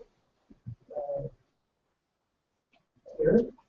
Just a comment that I don't think it's necessary for council to pass any particular motion tonight. You're welcome to pass any motion resolution that you'd like, but it's not necessary. We wanted to bring this to council attention because I know there's been a lot of questions and issues about the GDG proposal, and David has just spoken to FD&H's issues with it. Well, basically that I do have a map here that shows how much of the trail would go through the township of North Huron. It is not, they're using the Greenway Trail, but other than that, it impacts very few of our residents. And I have this from the rail trail circulation list information. If council wants to take a look at it, I can share that with them. Are there any questions about their intentions? I think with this trail, as we all know, it's to use our Greenway Trail and no different usage than it is right now. Right now, it is a pedestrian trail. It is used by bicyclists, but it's non-motorized. We all know that motorized vehicles use it, but they're not supposed to. But I'm not sure whether it's really as big of a impactful issue in North Huron as it is for some of our neighboring municipalities.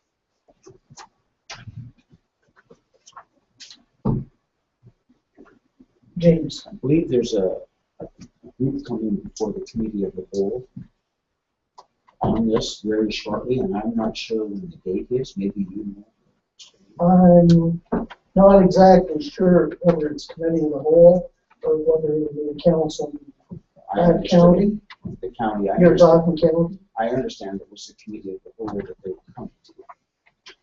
But I don't know. I can't say for sure. You don't have a date on But I don't have the date on it.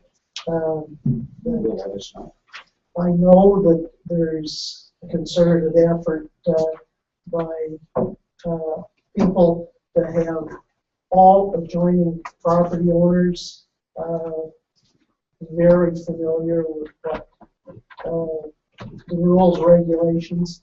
I know that there's a number of people that have talked about some of the ones, relatives from London that come up to Godbridge and drop the four-wheelers off. Whoever's driving the truck and trailer goes over towards Auburn for them to run the full length of the cart trail. Then they load them up and head back to London without purchasing anything in the area. Where if it was pedestrian or bicycles, at least they'd have to buy something to drink or eat or something from the amount of energy it would take. So it's something that is on the radar. I think there's a lot of points that can favor this, but I will say to a number of the adjoining property owners, and I will say probably even more important in Perth County is the number of culverts that go under it that people are questioning the safety of crossing the culverts, because sometimes the culverts aren't any longer than what absolutely needs to be there. And there's between Huron and Perth County, there's still a number of questions to be answered before it goes ahead. Okay.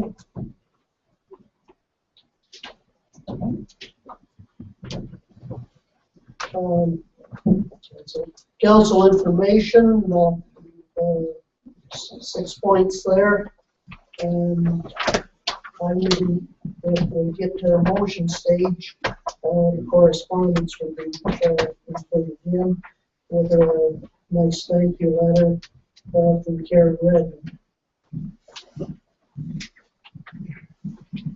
Points the council would like to bring forward.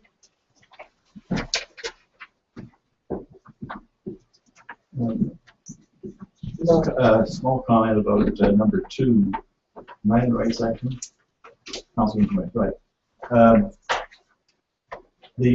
on the Huron Economic Development Partnership panel, and one of the things that we're finding is that a lot of municipalities and other groups are putting in their proposals, but they don't read the rules. The chief rule that is hard and fast is that you must pony up 50% of the cost of the project that you're asking for support. Some of them have 10%, some of them have 30%, some of them have 40.9%, but it's got to be 50%. And other rules there.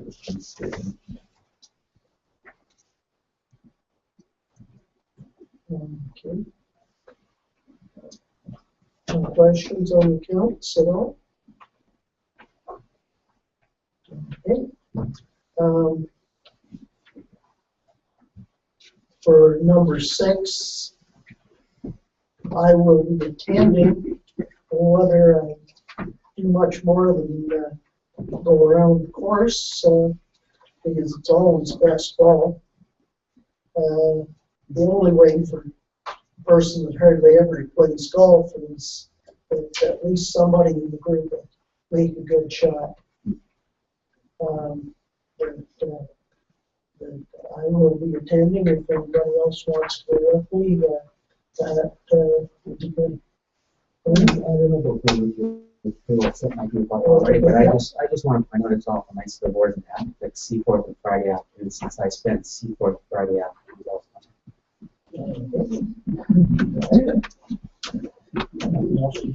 No, that's my holidays. Can I go back to the accounts? Okay. Just word of photography for $720. Just saying that that's for it's on page 15. I couldn't hear that. What's the department? Ward Robinson. Ward Robinson photography for $720. Oh, yeah. So he teaches courses for us, digital photography, and I'm trying to rename the other one, but what to do with your photos on your computer once you have them. And so we collect the registration, and then we pay him a portion of that for teaching the course. It's a joint arrangement with our department. So those fees are covered in people's registration fees. Okay. Also on page 4 we have with a coffee gun, and we have computer supplies and a microphone for $1,260 on per particular. The microphone I just cut off, page 4. Which department? It doesn't say. Gary, do you know, or? Yeah, I'm sure it's I haven't got my account listing up anymore, but it's the one with coffee gen. That's the new police scanner that is required and it has been delivered and is in the midst of being installed. That's the fingerprint scan. That's it. Thank you.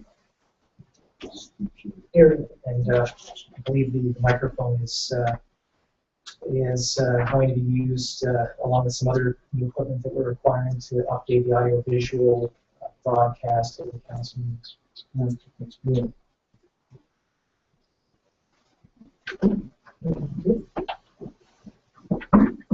So, can anybody else motion to receive, read, and file, Gordon and Campbell?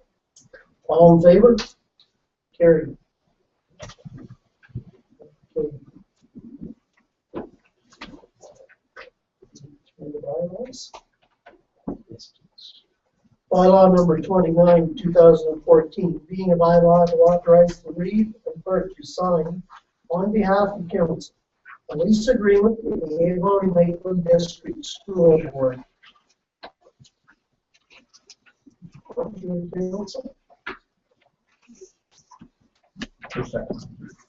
Leach and Campbell. Any discussion? All in favor? Carried. Bylaw number 30, 2014, being a bylaw to authorize the reading clerk to execute the fixed corporate seal to a bylaw to assume bridge structures in the county of Huron.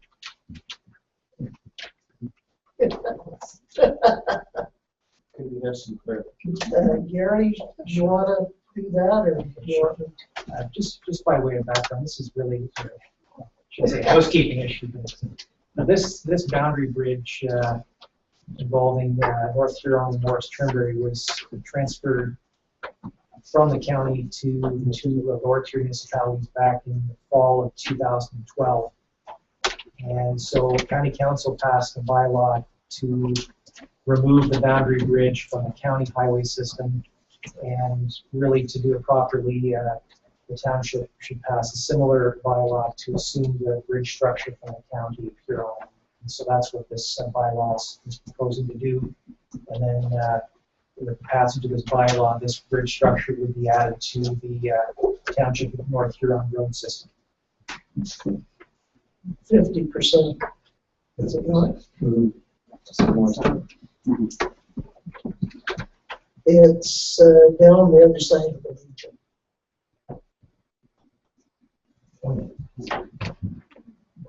So if I read that properly, then it's going to be a joint venture between Morris Turnberry and North Huron. Yes. Yeah. Yes. Yeah.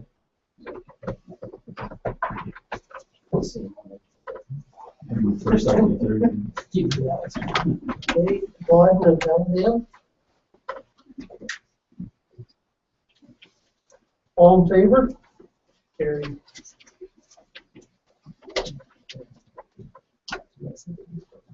Bylaw number 31, 2014, being a bylaw to approve the expropriation of certain lands in the township of North Huron, being Block X Plan 173 Blythe, Part Block B Plan 173 Blythe, as in BLY 4149. First, second, third. Campbell and Bodden. All in favor? Carried. Bylaw 32, 2014, being a bylaw to authorize participation in the mutual aid plan and programs for the county of Huron, county of Bruce, county of Perth, and the county of Wellington. McGowan and Campbell. Any discussion? David, do you want to provide a little bit of background? Certainly, this bylaw reads identical to the bylaw passed in 2009 authorizing FDNH to enter into mutual aid with Bruce County Fire Services. Simply added Perth and Wellington counties to the mix. Northbrook being listable, and FNH entering an agreement that we would share aerials back and forth. Should they have a significant structure, we would provide ours. Should they have a significant one, we would provide theirs. Should there be other service repairs, we would assist in back and forth. And Wellington County ties in with the fire protection now providing to the northeast corner of Morris Turnberry. There are occasions where Minto Fire Service may be called upon for assistance. In order to do that, we need that mutual aid agreement. Okay, we're ready. All in favor? Carried. Council reports and inquiries.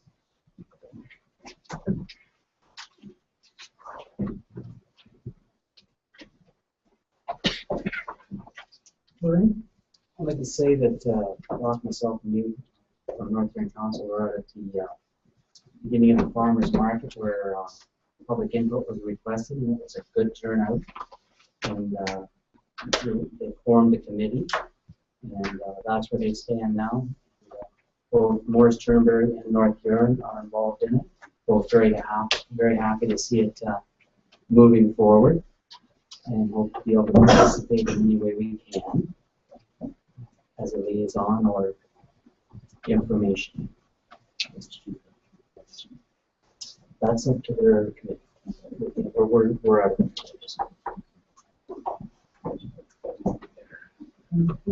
Thanks. Any other points?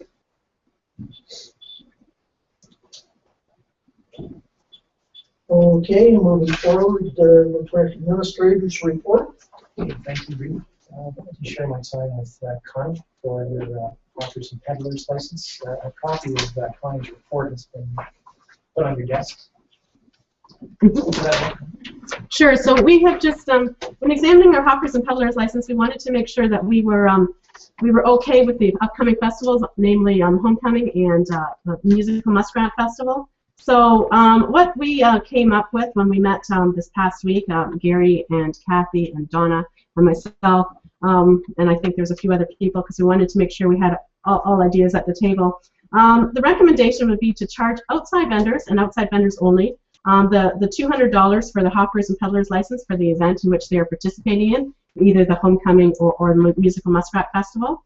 And as in the recommendation, as both of these committees are committees of council, it is recommended that upon completion of the events, these committees can come and request the money received for licensing to be reimbursed back to the committees. So there's a little bit of an update there, and certainly it works into our strategic plan since our goal is that our community is attractive to new businesses and residents, and talks about the tourism being an economic development driver. So.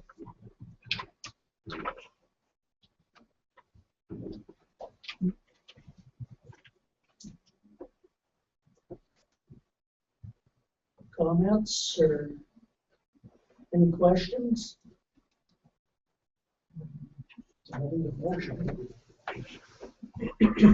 If you're in favor of what was mentioned, we would have to have a motion. Dave?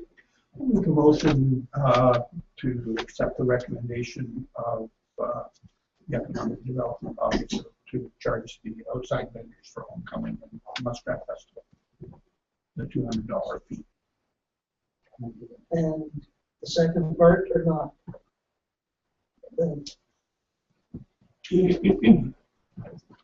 Yeah, and recommended that upon completion of the events, the committee requests that the money received for the license be reimbursed to the commission. You're seconding? Any questions or discussion? James? How do you decide whether they're outside? Are we only talking ones in our own municipality? Yes. Okay.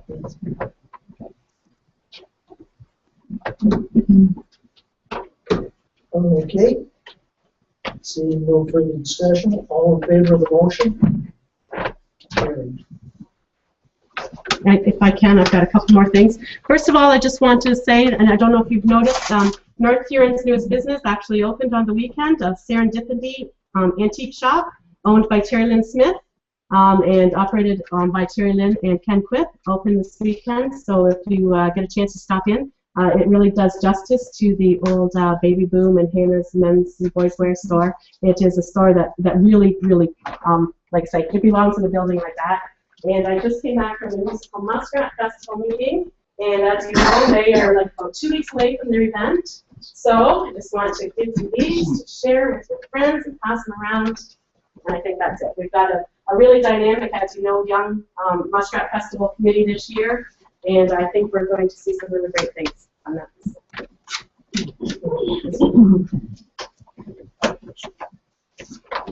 Okay, and Pat asked me to remind everyone that we are welcoming hundreds of guests to Blythe Campground this week for the Barn Dance Jamboree Camp Out Weekend.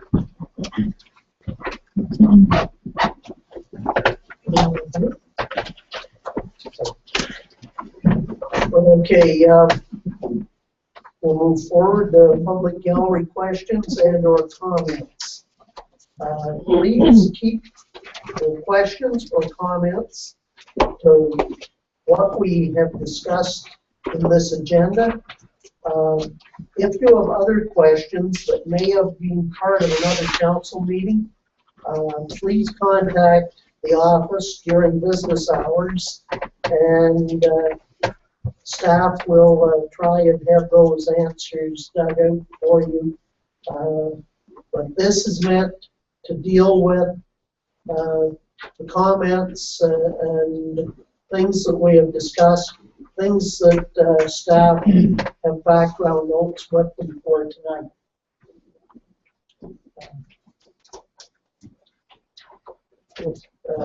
Terry? Sure. Yeah, I just want to comment on that market we were talking about last Wednesday night. I'm one that's on the steering committee, and numerous of the steering committee wanted a meeting this week, and we were flatly turned down for some reason. I was just wondering why. Connie turned us down. Yeah, well, I think there's more to that, Brad, than you're letting on, but perhaps, Connie, did you want to... Certainly, actually, next steps when we left the meeting on Wednesday night was actually that we would contact some people from the Huron Food Network Committee, namely Joan Brady and Janice Dunbar, and as well some of the neighboring farmers markets around, because they've been really helpful so far in compiling some information. So as you know, farmers market is a very new thing for our community. There's a lot of questions, and you know, first and foremost, how do we fit in with the neighboring communities? What is our pool of vendors? Just, I mean, what kind of market do we want to host? Is it a farmer's market? If it's a farmer's market, there are certainly provincial guidelines that we need to fall in line for. So there was a lot of questions. So at the completion of the meeting, by consensus, it was decided that we would first contact Joan and Janice, see if they would give us a date when they could come and talk to the entire committee. And then once we confirmed a date with them, then we would get a little bit of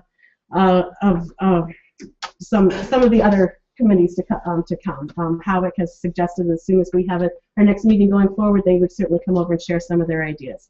So we really wanted to get some of the people at the table who could answer the questions for our next meeting, because there are certainly new field, a lot of unanswered questions. So we need to move forward with the greatest success for this market as possible, and we owe that to the vendors, we owe that to the community.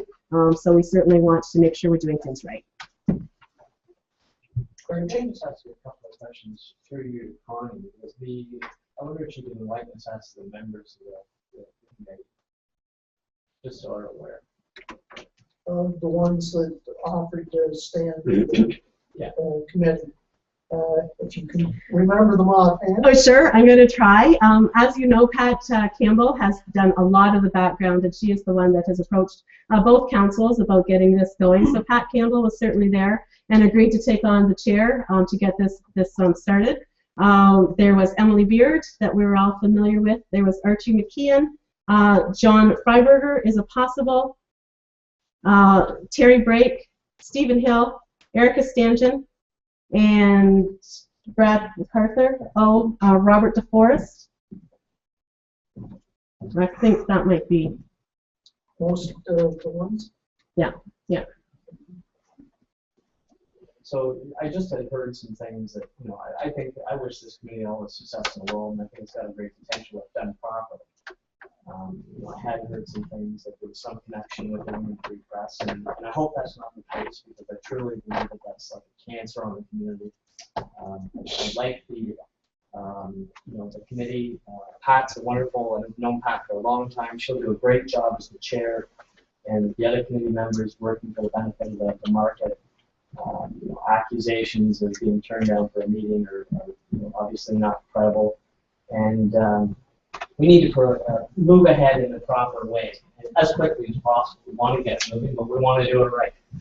And so, you know, hopefully it will move ahead as quickly as possible. I don't know whether Connie can give us some information with regards to time frames or timelines, what she's thinking.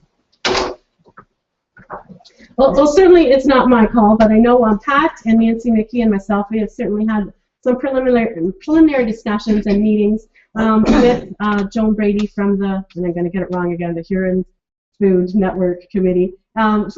Joan is in the process right now of opening up the Bayfield Farmers Market. She has also been involved in opening up several more, and she's very connected with the Huron Sustainable Huron initiatives for food and agriculture. So certainly she, one of the first things that she mentioned to us when she walked in to meet with us, it was basically, you're looking at 2015, right?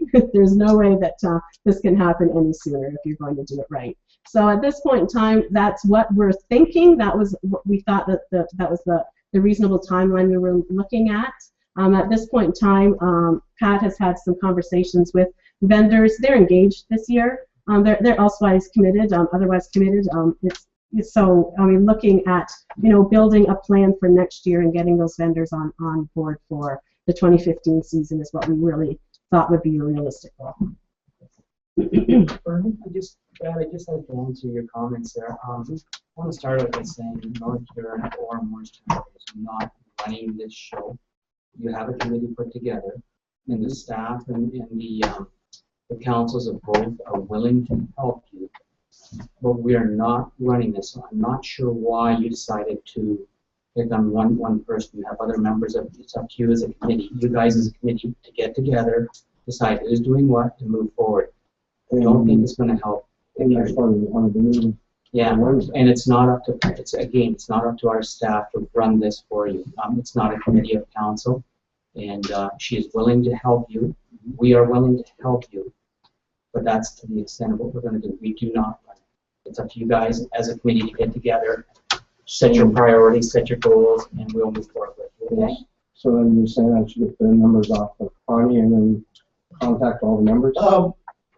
This is council.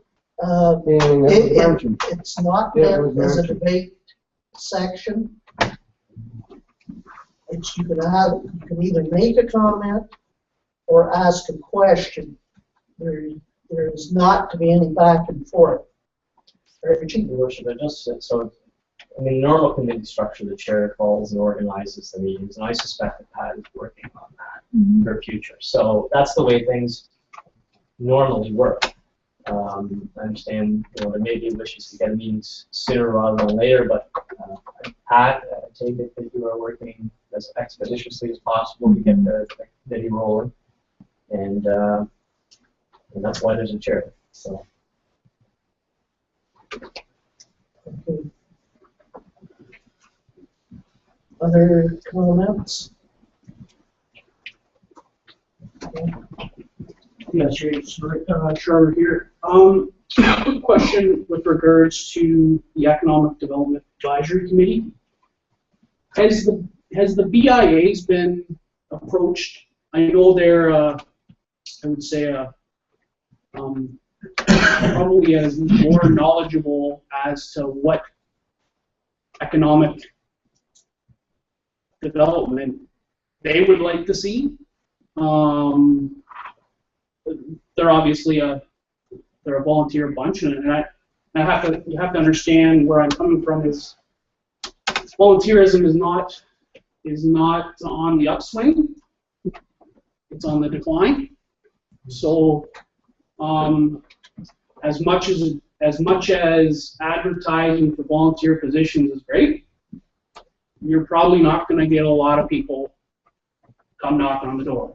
Generally, from my knowledge of being a volunteer and trying to set up volunteer groups, it's the person in the contact with those people to say, are you willing to help us or to give some time? If by advertising you may be just delaying the inevitable of having to ask those people anyways.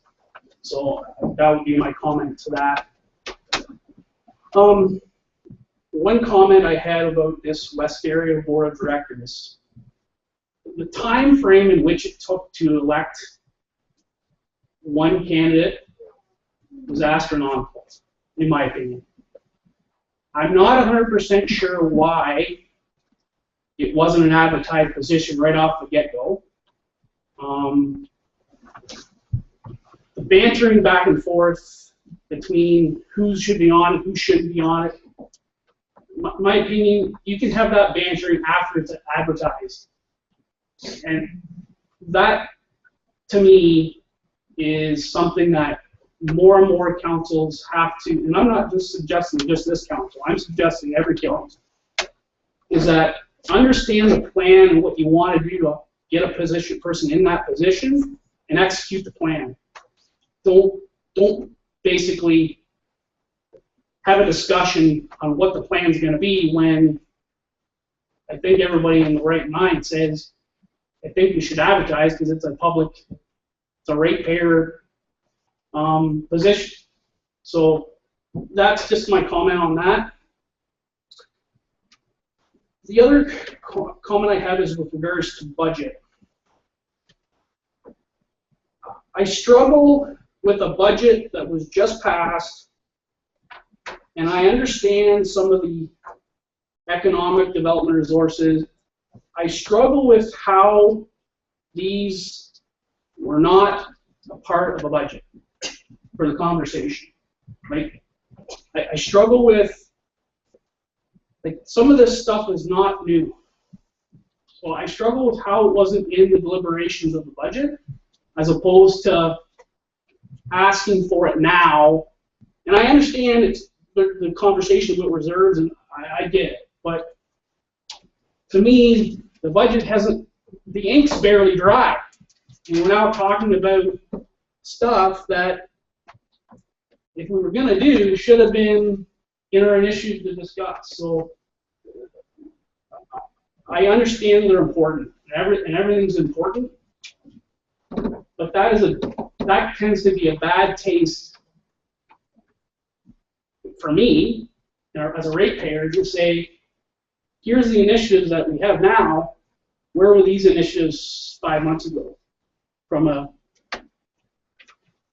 planning perspective, it's difficult for me to comprehend. So those are my comments.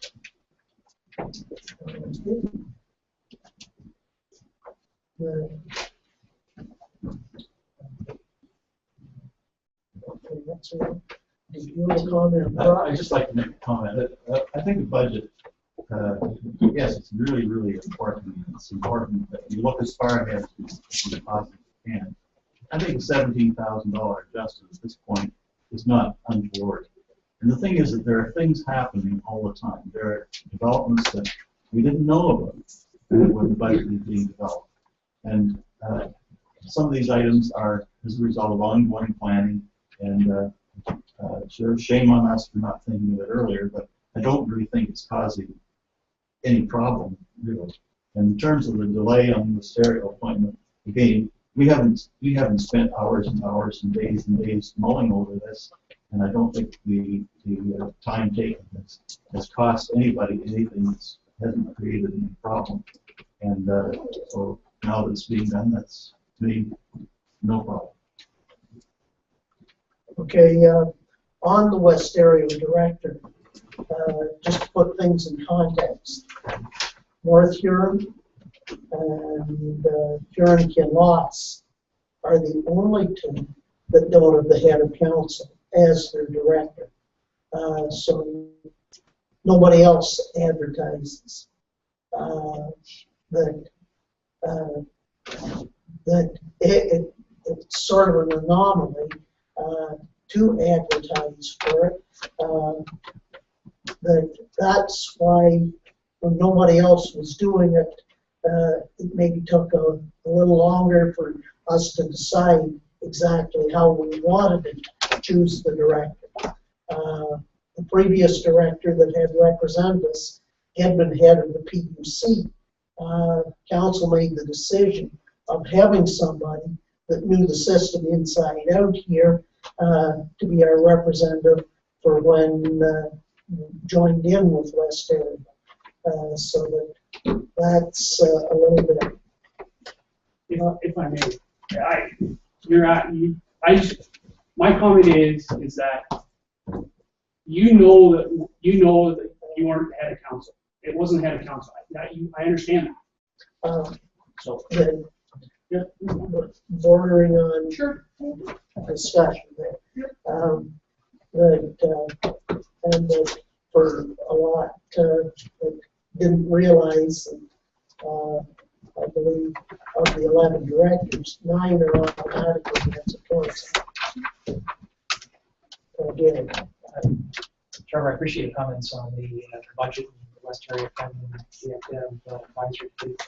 Just with respect to the budget, I think you can appreciate, I know you've been actively involved and interested in the budget process and the business planning process at North Huron, and we certainly appreciate your interest. And I think as you can appreciate throughout the year, council and staff get various requests. There's strategic planning meetings that take place internally. There's council staff discussions where we identify some other projects and initiatives that maybe need some additional resources, or it could be something completely new. And I guess we could wait a whole year before we bring those things forward. I'm of the opinion that given the challenges facing small rural communities, that if we have the money reserves, which we do, for these projects, that we get council support so that we can undertake those projects and initiatives now and really continue with the repositioning and rebranding of North Huron. And I think it's important that council and staff and the community work together to respond to those things. And as we identify some ideas that we think will make a difference to, as I said, reposition North Huron, to attract investment, attract residents, generate economic activity, I don't think we can afford to wait until next year. I think let's get it done, and let's begin it now. I mean, David's request for the year dryers, I mean, we're talking about a life and death situation. We could wait a year, or we could do it now. I think whether it's the year dryers or economic development projects, initiatives, we can't afford to wait. Let's do it now. I just want to comment. That's all I'm going to say. My comment is, that's fine. In the report, there was no comment of the priorities change. If the priorities change, I'm okay with it. I understand that. But in the report, it doesn't state that your priorities change from the budget. That's where I. Okay. Okay. Any other questions or comments? The Wingham Creek. Please identify yourself. Ron Hart. Okay. The Wingham Creek project. Just one comment. She had talked about some undeveloped or some land that couldn't be developed along the riverbank, and that there was a pathway there. I just wonder if council, in meetings going forward, could bring up river stabilization, like the planting of trees and maybe some development to as to that area of the land on that project. Okay. Thank you for those comments. Okay. And there's no other comments in camera required. Okay. Motion to go in camera. Here the reasons are. I'm sorry, this proposed or pending acquisition or disposition of land by the municipality. Alan and John, all in favor?